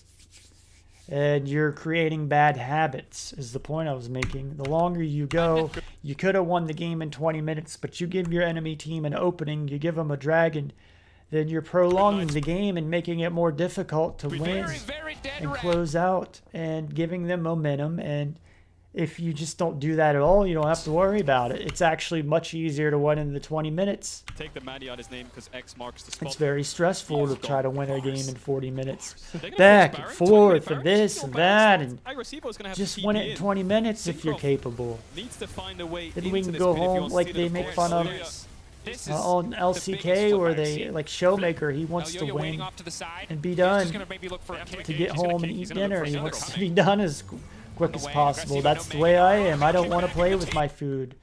So one way you get your opponent, we're just going to quickly go over this. One way you quickly get your opponent to fight you, you just start taking Baron and they'll come at you and start fighting you. Oh, that's why. Yeah, I forgot. You got to mute them when you crank the speed down, and I forgot to do that the last game. But anyways, hopefully I'll remember to unmute them. My stomach's rumbling, so I'm ready to eat dinner. I'm ready to eat dinner too. So Mad are taunting them. I could go over the choke points and stuff, but we're going to save that for another day. I still got Astralis' video to get through. So, which they're the lowest teams in LEC, I think. So it allows me, though, to explain other things to you. So I got to get stuff to keep you entertained in the end of the game, right? So we've got Ornn's Horn coming out. I don't know who shot first here. That's what I'm trying to figure out. Well, we got El Yoyo over here hanging out. He was just waiting for them. So we got Mad. We're going to pick out the picture here. I guess if we were asking Mad Lions right now, they would say we set up a trap. They set up a trap with El Yoyo here, and they're over here with Baron, and they're waiting for them to come in here and start picking a fight with El Yoyo coming in and collapsing on them, they call it.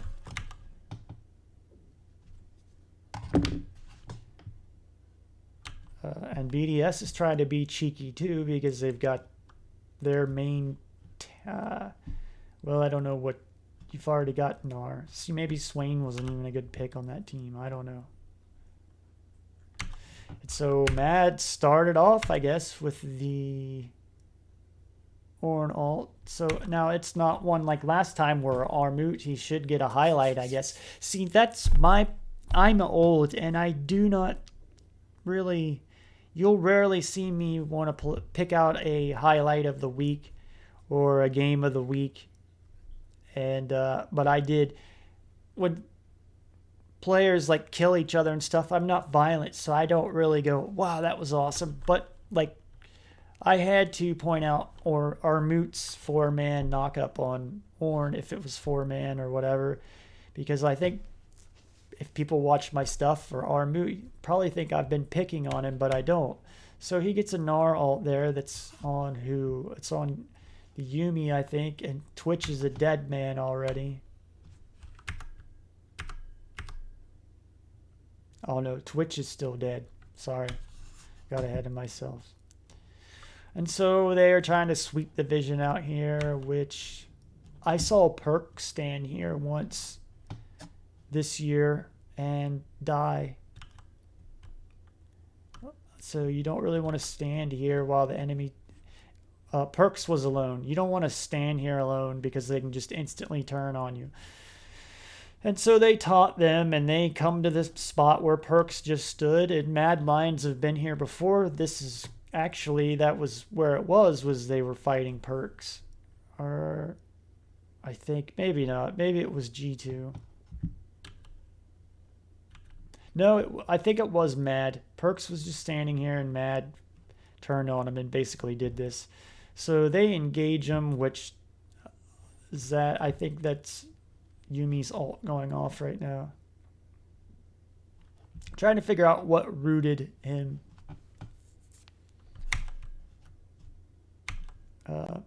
Everfrost. I didn't pay attention if Niski took Everfrost or Lissandra's. I think he takes Lissandra's Torment. I wish they would show the items on these plays like this, but they don't. And so Elyoya was there to knock them back. They were in a bad spot anyways. Shouldn't really be standing there ever, unless you planned or 100% know you can get Baron. And there's not really much to explain there. I think I was trying to see what rooted here. It wasn't Yumi's ult, and Yumi uses their ult in the pit, I think. I mean, it's hard to really try to... We're really looking at depth to try to figure this out. Which this isn't difficult for me. It's just time consuming. Anyone can do it. It's just slow it down and break it down like this. And so Nuclear Int thinks he's going to come in and clean up back here, but he should already be running back home. He should already be running back home. And they're going to come in and die too, I guess. I don't even know why you'd be there. You're not going to save him. So there's some really bad stuff there on BDS, just their fundamentals. BDS, if I will gladly join your team and help coach you. I know you've got a good head coach or a well-known head coach. So Armut, since he's unstoppable here, he's using his W.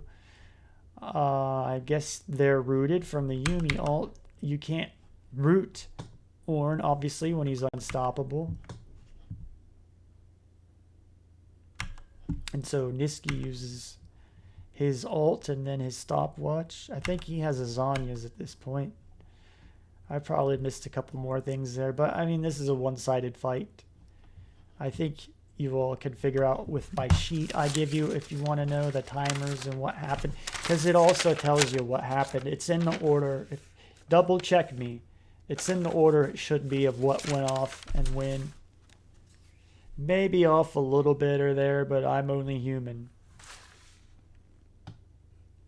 And so there's really nothing more to explain there. Off the roller coaster. Why did he do that? Mad Lions like the Harlem Globetrotters right now. It's all. And so BDS here, they're done. They use all of their stuff. I don't know why he would come in here either. Now he's a snowman. Yeah. I just, that's crazy. They're coaching. I wouldn't think a challenger ranked player LEC would even do that. That's what amazes me. So I guess that should be a basic fundamental to know not to do that. Unless players, maybe players know what to do and what not to do. They don't have any discipline. Maybe they need a coach like me to help discipline them and always tell them, what are you doing there? What are you doing? Why'd you do that? You know not to do that. And ingrain it in their head not to do that. So I'm getting hungry. Yeah, I think Mad Lions are just going to do the same thing over again. Push out mid, try to force this Nash. Set up a trap. So at this point, you know, BDS have probably lost the game, but they're trying to figure out what to do when your support has to go along with your jungler just to farm minions in their own jungle. See, like this again is the line, right? Like Mad Lions now, the line is clear up here. So like that includes the jungle. He can't even. It's really Mad Lion's jungle. 22 minutes into the game, and I'm up not to where that line the is. graphic where it shows that they threw. They have thrown twice. The but T2 turrets. I don't want to cast or curse it. Surely they don't throw this but game. This game feels very unthrowable. Their gold is literally so heavy that they cannot throw it at BDS. They've got a 42, or it's 42k gold. So they got almost a 10k But I gold have lead, cursed roughly better 8k or so. With bigger leads, so I don't know. Well, Nuclear has 2 items, and I don't see much heat reduction on. I did Man, miss they on only have the something there Oblivion while I was Orb, talking. and they have Should Ignite. they have Actually, gotten this Baron? well. What So, should yeah, have there's they a lot of done healing There's a there? lot of healing reduction, and that's going to be a Chemtech Should have Putrefier gotten soon, Baron then, and just there'll pushed be the healing reduction for everybody. lanes So this is out and awkward won for the BDS here game, I because would you think. can't start Nash and finish it because you don't have the damage or the vision, and you can't walk I into don't bot know side because exactly you don't have what the damage they or the did vision to contest there. the I 5v5. don't really So feel like Mad Lions own the map right now. It's just a case of rewinding it executing because it's not. on owning the map. Well, Gonna I guess push I them will. back mid here. Okay, 23, Nuclear has 2 34. items, and I don't see much. They are very...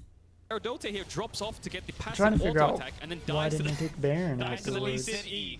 Maybe Aggressivo could have ran with Yumi speeds. Or did they and it was already Nice. that far on me? And yeah, I think Mad Lions are just going to do the same thing over again. Push out mid, try to force this Nash, set up a trap and get a kill, or they could play for the Dragon Soul. They can do whatever they want. They are. I kind very of far ahead. It's 22 minutes into the disagree with game, what they and did I'm here. not gonna run the I graphic would where it think you shows would that they take threw. They have Baron thrown and twice, then but shove surely these not out right. because I the don't wanna Baron cast or curse it. helps Surely you they shove don't the throw this turrets. game. It's the This whole game point of feels very Baron buff is unthrowable. it's made to siege. Their gold Not is literally to just so run heavy that around. they cannot throw It's it not a at buff BDS. really No to matter like what give they you do. better stats and stuff. I'm Baron bored. buff is really designed have for cursed better sieging to give you teams bigger minions with bigger and do leads, more so damage. I don't So you want to take advantage when Well, you've got the Baron Nuclear has buff to 2 get the items, and I turrets. don't And so see Mad much Lions production right here, on Mad. They have the they Oblivion Orb, need the and they Baron have buff Ignite. Actually, Niski has Ignite soon as well. So yeah, there's a lot of healing Yeah, reduction. there's a lot of healing reduction, and that's going To to be a Chemtech siege right Putrefier here, soon, I- and then there'll be maybe healing they reduction for thought they everybody. So couldn't this is take awkward it. for I BDS don't here know, because but you can't start Nash and finish it because you don't have I the would damage have or the thought vision, they and you should can't have walk into taken bot Baron. side Maybe because you they don't have thought, damage well, or we'll the take vision the to contest turrets the and 5v5. then So take Baron. Mad Lions Maybe own they the thought we map got to right get the now. It's just a turrets case of and we'll take the executing Baron buff on owning the map. to Gonna siege. push them back mid here. You know, like Make take sure these they're turrets, around then their go back tier up 2, and get and Baron then just to turn be able to towards get Dragon the once enemy waves base start turrets. crashing. Because once you And by get the time BDS the realize inner it's happening, turrets it's and the gone. enemy base, it Now starts this one getting engage. Unforgiving, pretty locked difficult. up. A lot of damage now coming up. They've used Alright, everything on there I Sigma, was but they want to get the talking fight going. again. See what was going on here. So at this point, everybody's got pretty much everything up. So going into this fight, this is one thing to take in consideration. Because this is where this is really going to play a key. Like if you're on BDS, Kaiser doesn't have his flash. Man, you all in Kaiser as soon as you know, first thing, all in Kaiser because he can't flash away. And then you engage with that, for example. That would be something you could take advantage of if you're on BDS. If you're Mad, his Nor's flash is down, so you take advantage of that. Probably go all in on him because he cannot flash to get away from you. So here we go. What starts this?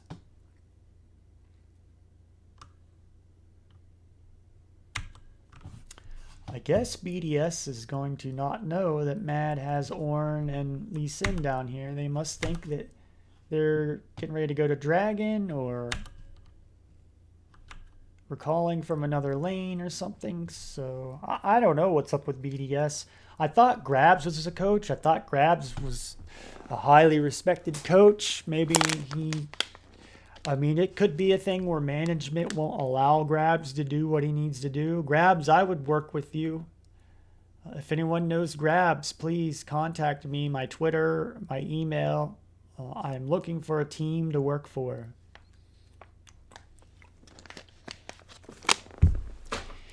So, Mad Lions start this fight off here with, again, what is Lissandra when you have Lissandra on your team? She is used as a form of engage or disengage to save her, but mainly that's what you want to use Lissandra for. You want her to be the engage in your team fights. So, I mean, obviously you got Ornn, but like Mad have too much engage really on this team. They're overkill, but I mean, this is what I love. This is why I want to work with Mad Lions or a pro team. I would be excited to build team comps and learn what has synergy and what doesn't. It's what interests me more than anything. That's why I have books where I'm keeping, that's what I'm keeping track of. That's why I have this page, is it does have the team comps. So like you could down the road, maybe if you're Mad Lions and you're like, well, what was that one team that like last week they lost to Orn, right? And maybe there was also Lysandra on that team or something, right? Well, they could go and be like, well, we got really stomped. We lost so bad to that one team comp we played last week or a month ago. You got it. Like I have these, I put them in a binder, right? So you could quickly go through like LEC Summer Split, see the first match, second match. That's why it's all organized, so you can quickly go through it. I mean, I'm trying to learn to be organized in my folders because I used to be very bad at organizing stuff digitally. I'm more of a paper. I need an assistant. But anyways, I keep, like this is my LPL book. I keep track of the team comps that all teams run. And like I said, not to mention the pick band sheet that you also saw. So, I don't know. I think it's what you need to be a head coach or an assistant coach. So it hasn't worked for me yet, but I think teams are...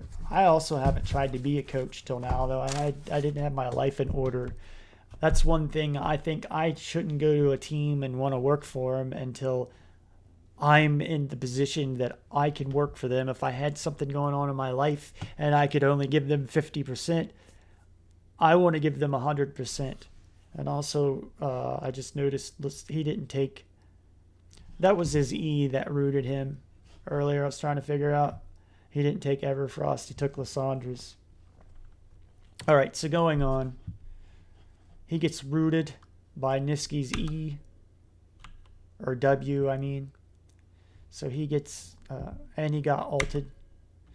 So, I mean, Lysandra's great engage. Especially if you got Everfrost. I don't know if...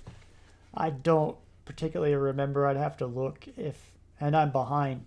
See, I also have all the LCK matches that start in LPL. So, like, as soon as I get this done, I got to go and start working on the next VOD. And I've got all these regions and stuff I need to watch. So, the next VOD might come out on Sunday. I don't know yet. I had doctor's medical appointments 2 days in a row.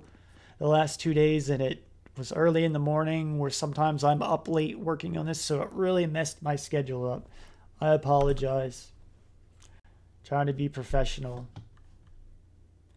I could go much further into this of what's going on and who did that and this. But we're going to keep on going. Jarvan's flash is up.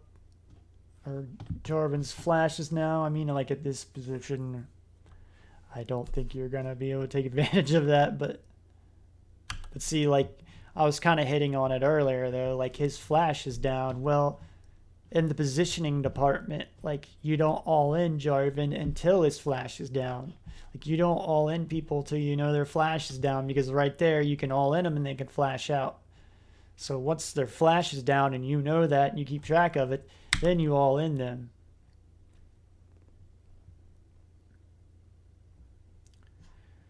You know, so...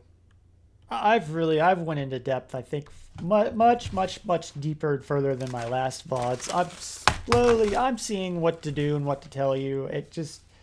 I gotta do what I'm doing and keep it up. So I'm slowly starting to see, I think, what others want to know and stuff. So anyways, we're gonna keep on trucking because I'm getting hungry. I was up till 2, had to get up at 7:45 to go to a doctor appointment, so tried to nap, couldn't. So my timing is off today and this week. I apologize. We've got Dragon back up because I kind of had a momentum I was on, and I've fallen off. But I've explained a lot because, I mean, I had a 1 in 17 kill game to drag through, and I think I did good. I think if I'm a content creator and I can turn a losing game into 4 hours, I think I'm a good content creator. I don't like that word.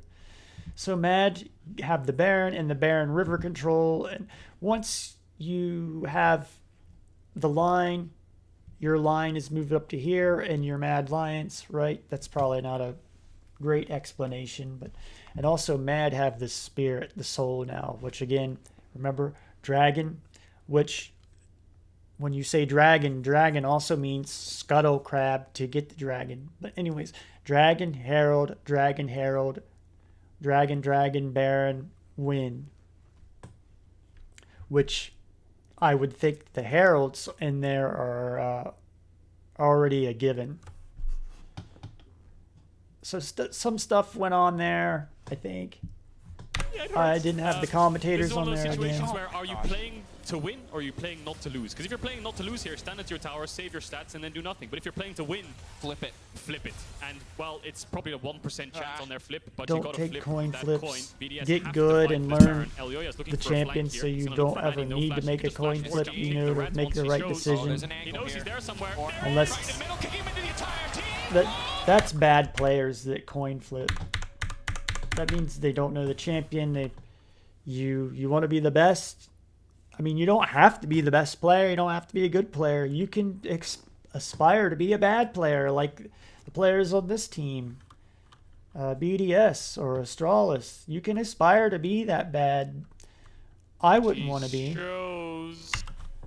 So here we go again. We've got the ults up, I think.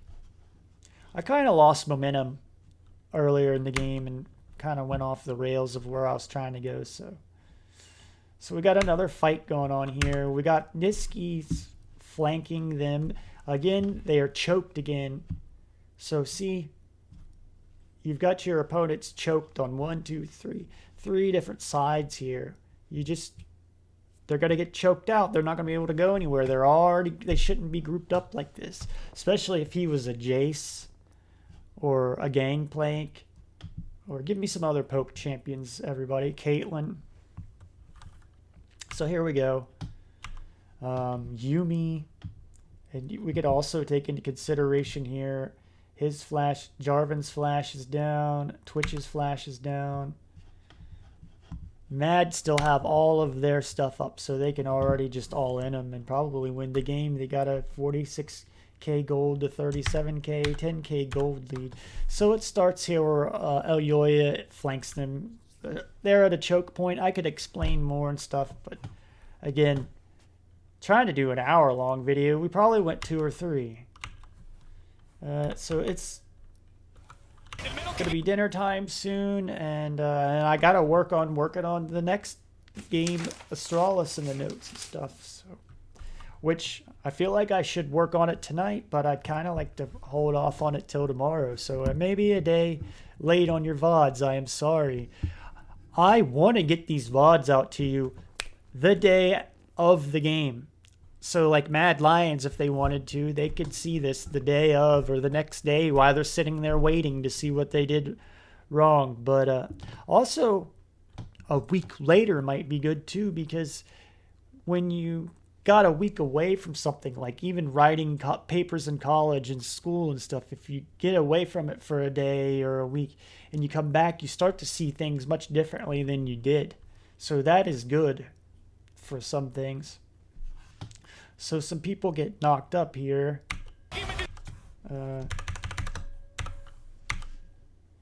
They've got flanked from Lee Sin on one side and Ornn on the other side. They're not going to win this fight. And then they get rooted by, that's Yuumi's ult, rooting Mad Lions. But there again, that ult only got off on, see, like BDS, you really wouldn't want to choke and get grouped up like BDS was right there. Like, they're showing you what not to do, because if you were like, say, Niski or Elyoya was the Yuumi, he would get a perfect Yuumi on all 5 of them. And so I think Mad Lions, for one, know that going into this game, you got a Yuumi, you can't group up like that, because that's what would happen. So they get but that was just an example, right? Because Mad Lions don't really have that on their team comp. They've got Niski could hit his W in there and root him like that, like he just did. But we're trying to think of other forms of engage. I mean, you could engage with the Lulu ult, because one thing to remember about that is it has a knock-up on it, so it has a form of CC. So it's a form of engage or disengage. Obviously, the Lee Sin kick. So, yeah, they have four forms of engage. I never worried about this on this team comp. Whereas for BDS, it's probably just their Yuumi. In theory, you get the Yuumi ult and then the Twitch ult on top of it. And then maybe pull in Swain to clean up. Probably works in theory. Niski, or no, somebody uses their stopwatch there. Nuclear int. Again, we've got I've got all of the timers on this. I could go into it, but I don't want to spend more time on it today. I think I give you enough content for at least for now. So we got all the timers on that. You know, Mad pretty much and 40 seconds won on this Nuclear game, right? Because it's it's against 12k the world gold is now. coming down on him. Mad Lions only have a small And win. there I've got the Cannon minion, stopwatch 3 range timers. kills. There's a minion Alioya's there was as at well. A lot of tower damage. 25:52. Mad 26 Lions win minutes at on the clock. 27 One minutes. kill for BDS. So And, that was the game. goes a little gnar in the way. So in closing, Unthrowable. I have to use the rest of Shorty, really right? bad again. So in Finishing this closing, one off in thank you absolute style. for being at The last few Sodaron's plays, just channel clean and mechanics and a massive, trying to massive grow it. gold I lead. think we're getting traction. Please Wow. Taking them like down or follow cleanly. my Mad Lions find a win, YouTube moving channel, up my to Twitch 5-3 channel, my BDS. Twitter. My Now, Twitter DM is open, so My God. send me DMs if you have any questions. I don't have my chat up yet for this. I don't have the comments up on YouTube because one, I'm going for the general audience for kids too. I know that I personally, I don't have any kids.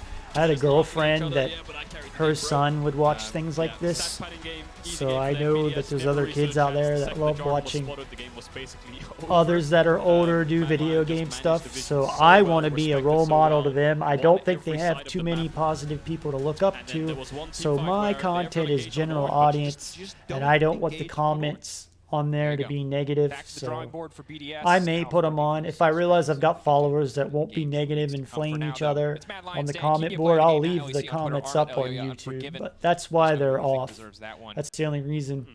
Because one day somebody did leave me a comment. I commented back. The reason why is I always flag my video for kids and it shuts it off. And so I commented to you and gave you the comment back.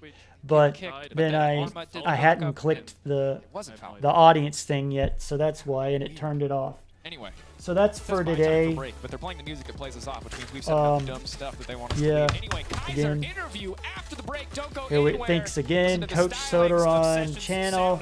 Please like or subscribe if you've got any questions or anything. Oh, I was gonna say, I don't have my chat on during Twitch. I'm sorry, I don't really like that. I don't even expect people to watch it. For one, I'm trying to get 2 platforms, so I like the thing where you can do Twitch and then go to YouTube. So I like that, the 2 platforms. I never really intended to have live questioning and stuff, but I will put that in there. That's something more, at least when I'm doing the VOD reviews. Now, I can do it. If I get enough people and you want me to, I can stop and do the questions and stuff. Maybe I'll experiment with that tomorrow or something. And I will put the chat up. So, but that's it for today. I think I explained enough. Again, I have my channel. I have a 14-hour presentation. It was so long I couldn't even put it on YouTube. I had to cut it in half.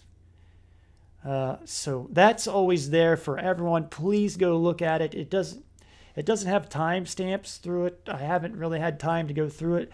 I do apologize because I bought a Blue Yeti mic like the week after or the next week because I I didn't think I could even pull it off, and I did a 14-hour-long video, so I think I do know enough about League of Legends that I can do this as a career and can get a job coaching. So, I mean, part of me doing this too, it does help me work with others and be able to give my knowledge to them. So I'm sharpening my tools for being a coach when I do this. My goal is I want to be a well-known coach, and then on the side I will have this content. So here we go. Please let your friends know about it. I'm trying to make better and better content. I think I am getting better at it. Even from the beginning, though, I do have long VODs with, if you can tolerate listening to me, there's a lot of stuff in there if you just listen. That's the thing, is I don't just talk about the games. I talk a lot of in-depth about it. So I don't know what to label it or how to get the right crowd in. I have other games. There's LCK that was today, and I didn't even get to watch that yet. Like, really, I should be doing dinner. And then I have to spend my time doing the notes and preparing this to do the VOD with you tomorrow. I don't think I'm going to do that. What I really want to do, and I did watch Mad live today because when I came back from the doctor's appointment. So what I want to do is eat dinner. My day's messed up, so I didn't get to sleep like I wanted to and go to bed. It's already 7 o'clock at night. So I may be off a day or two on the Astralis games. So, but I did go very long on this one. So it will be there. Be patient with me. Oh, I was saying, but like I missed, there's good games in LCK Korea that were out this morning at 4 o'clock in the morning. I didn't get to watch or look at yet. I want to watch those as a fan. So like, what do I want to do? Eat dinner and watch those and go to bed. So my VOD may be out late tomorrow. I may stick to that. I think I deserve it from the content I did today and the day I had on no sleep. So that's it for today. I love you. Thank you for watching me, giving me views and listening to me.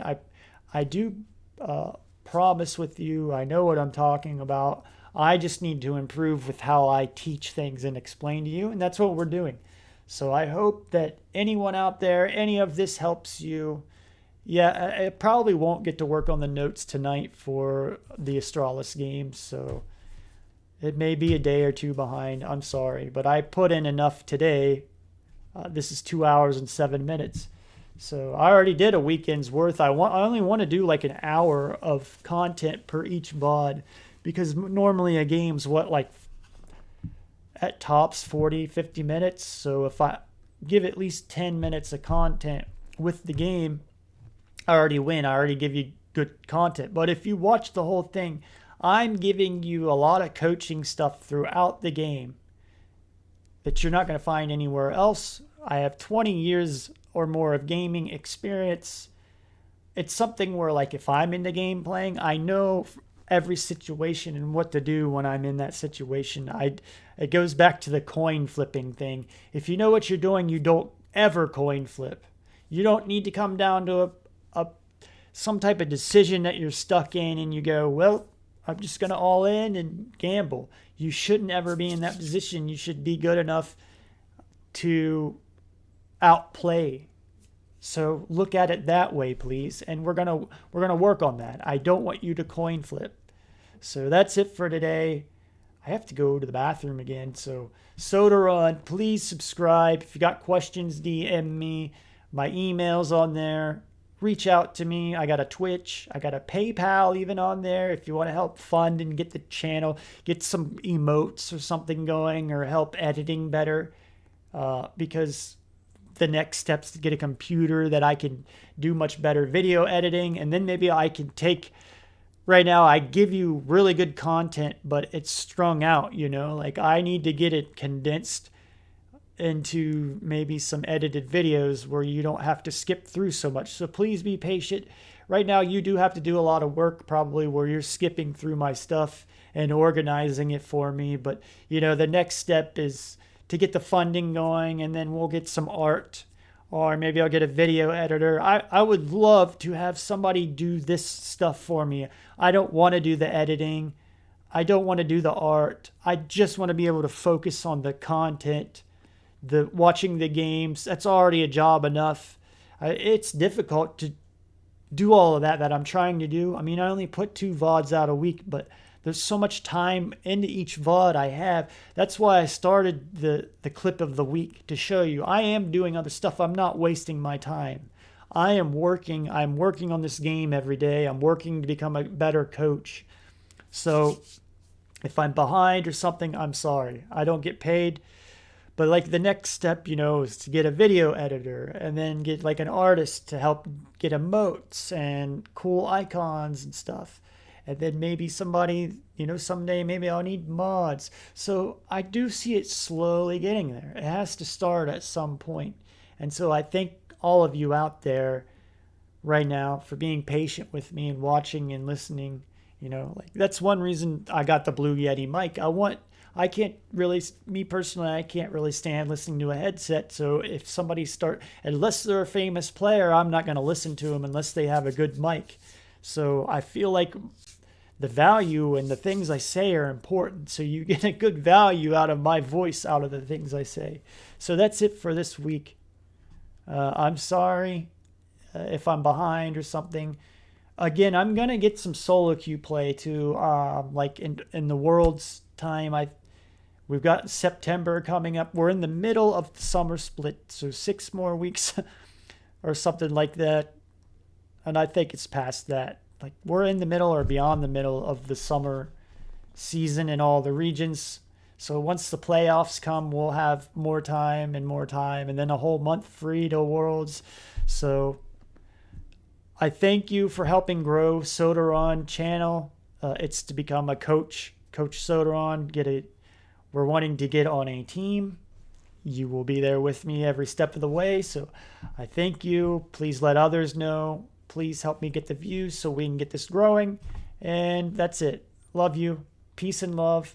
Hey now. See you next week. Guy, go for Guy.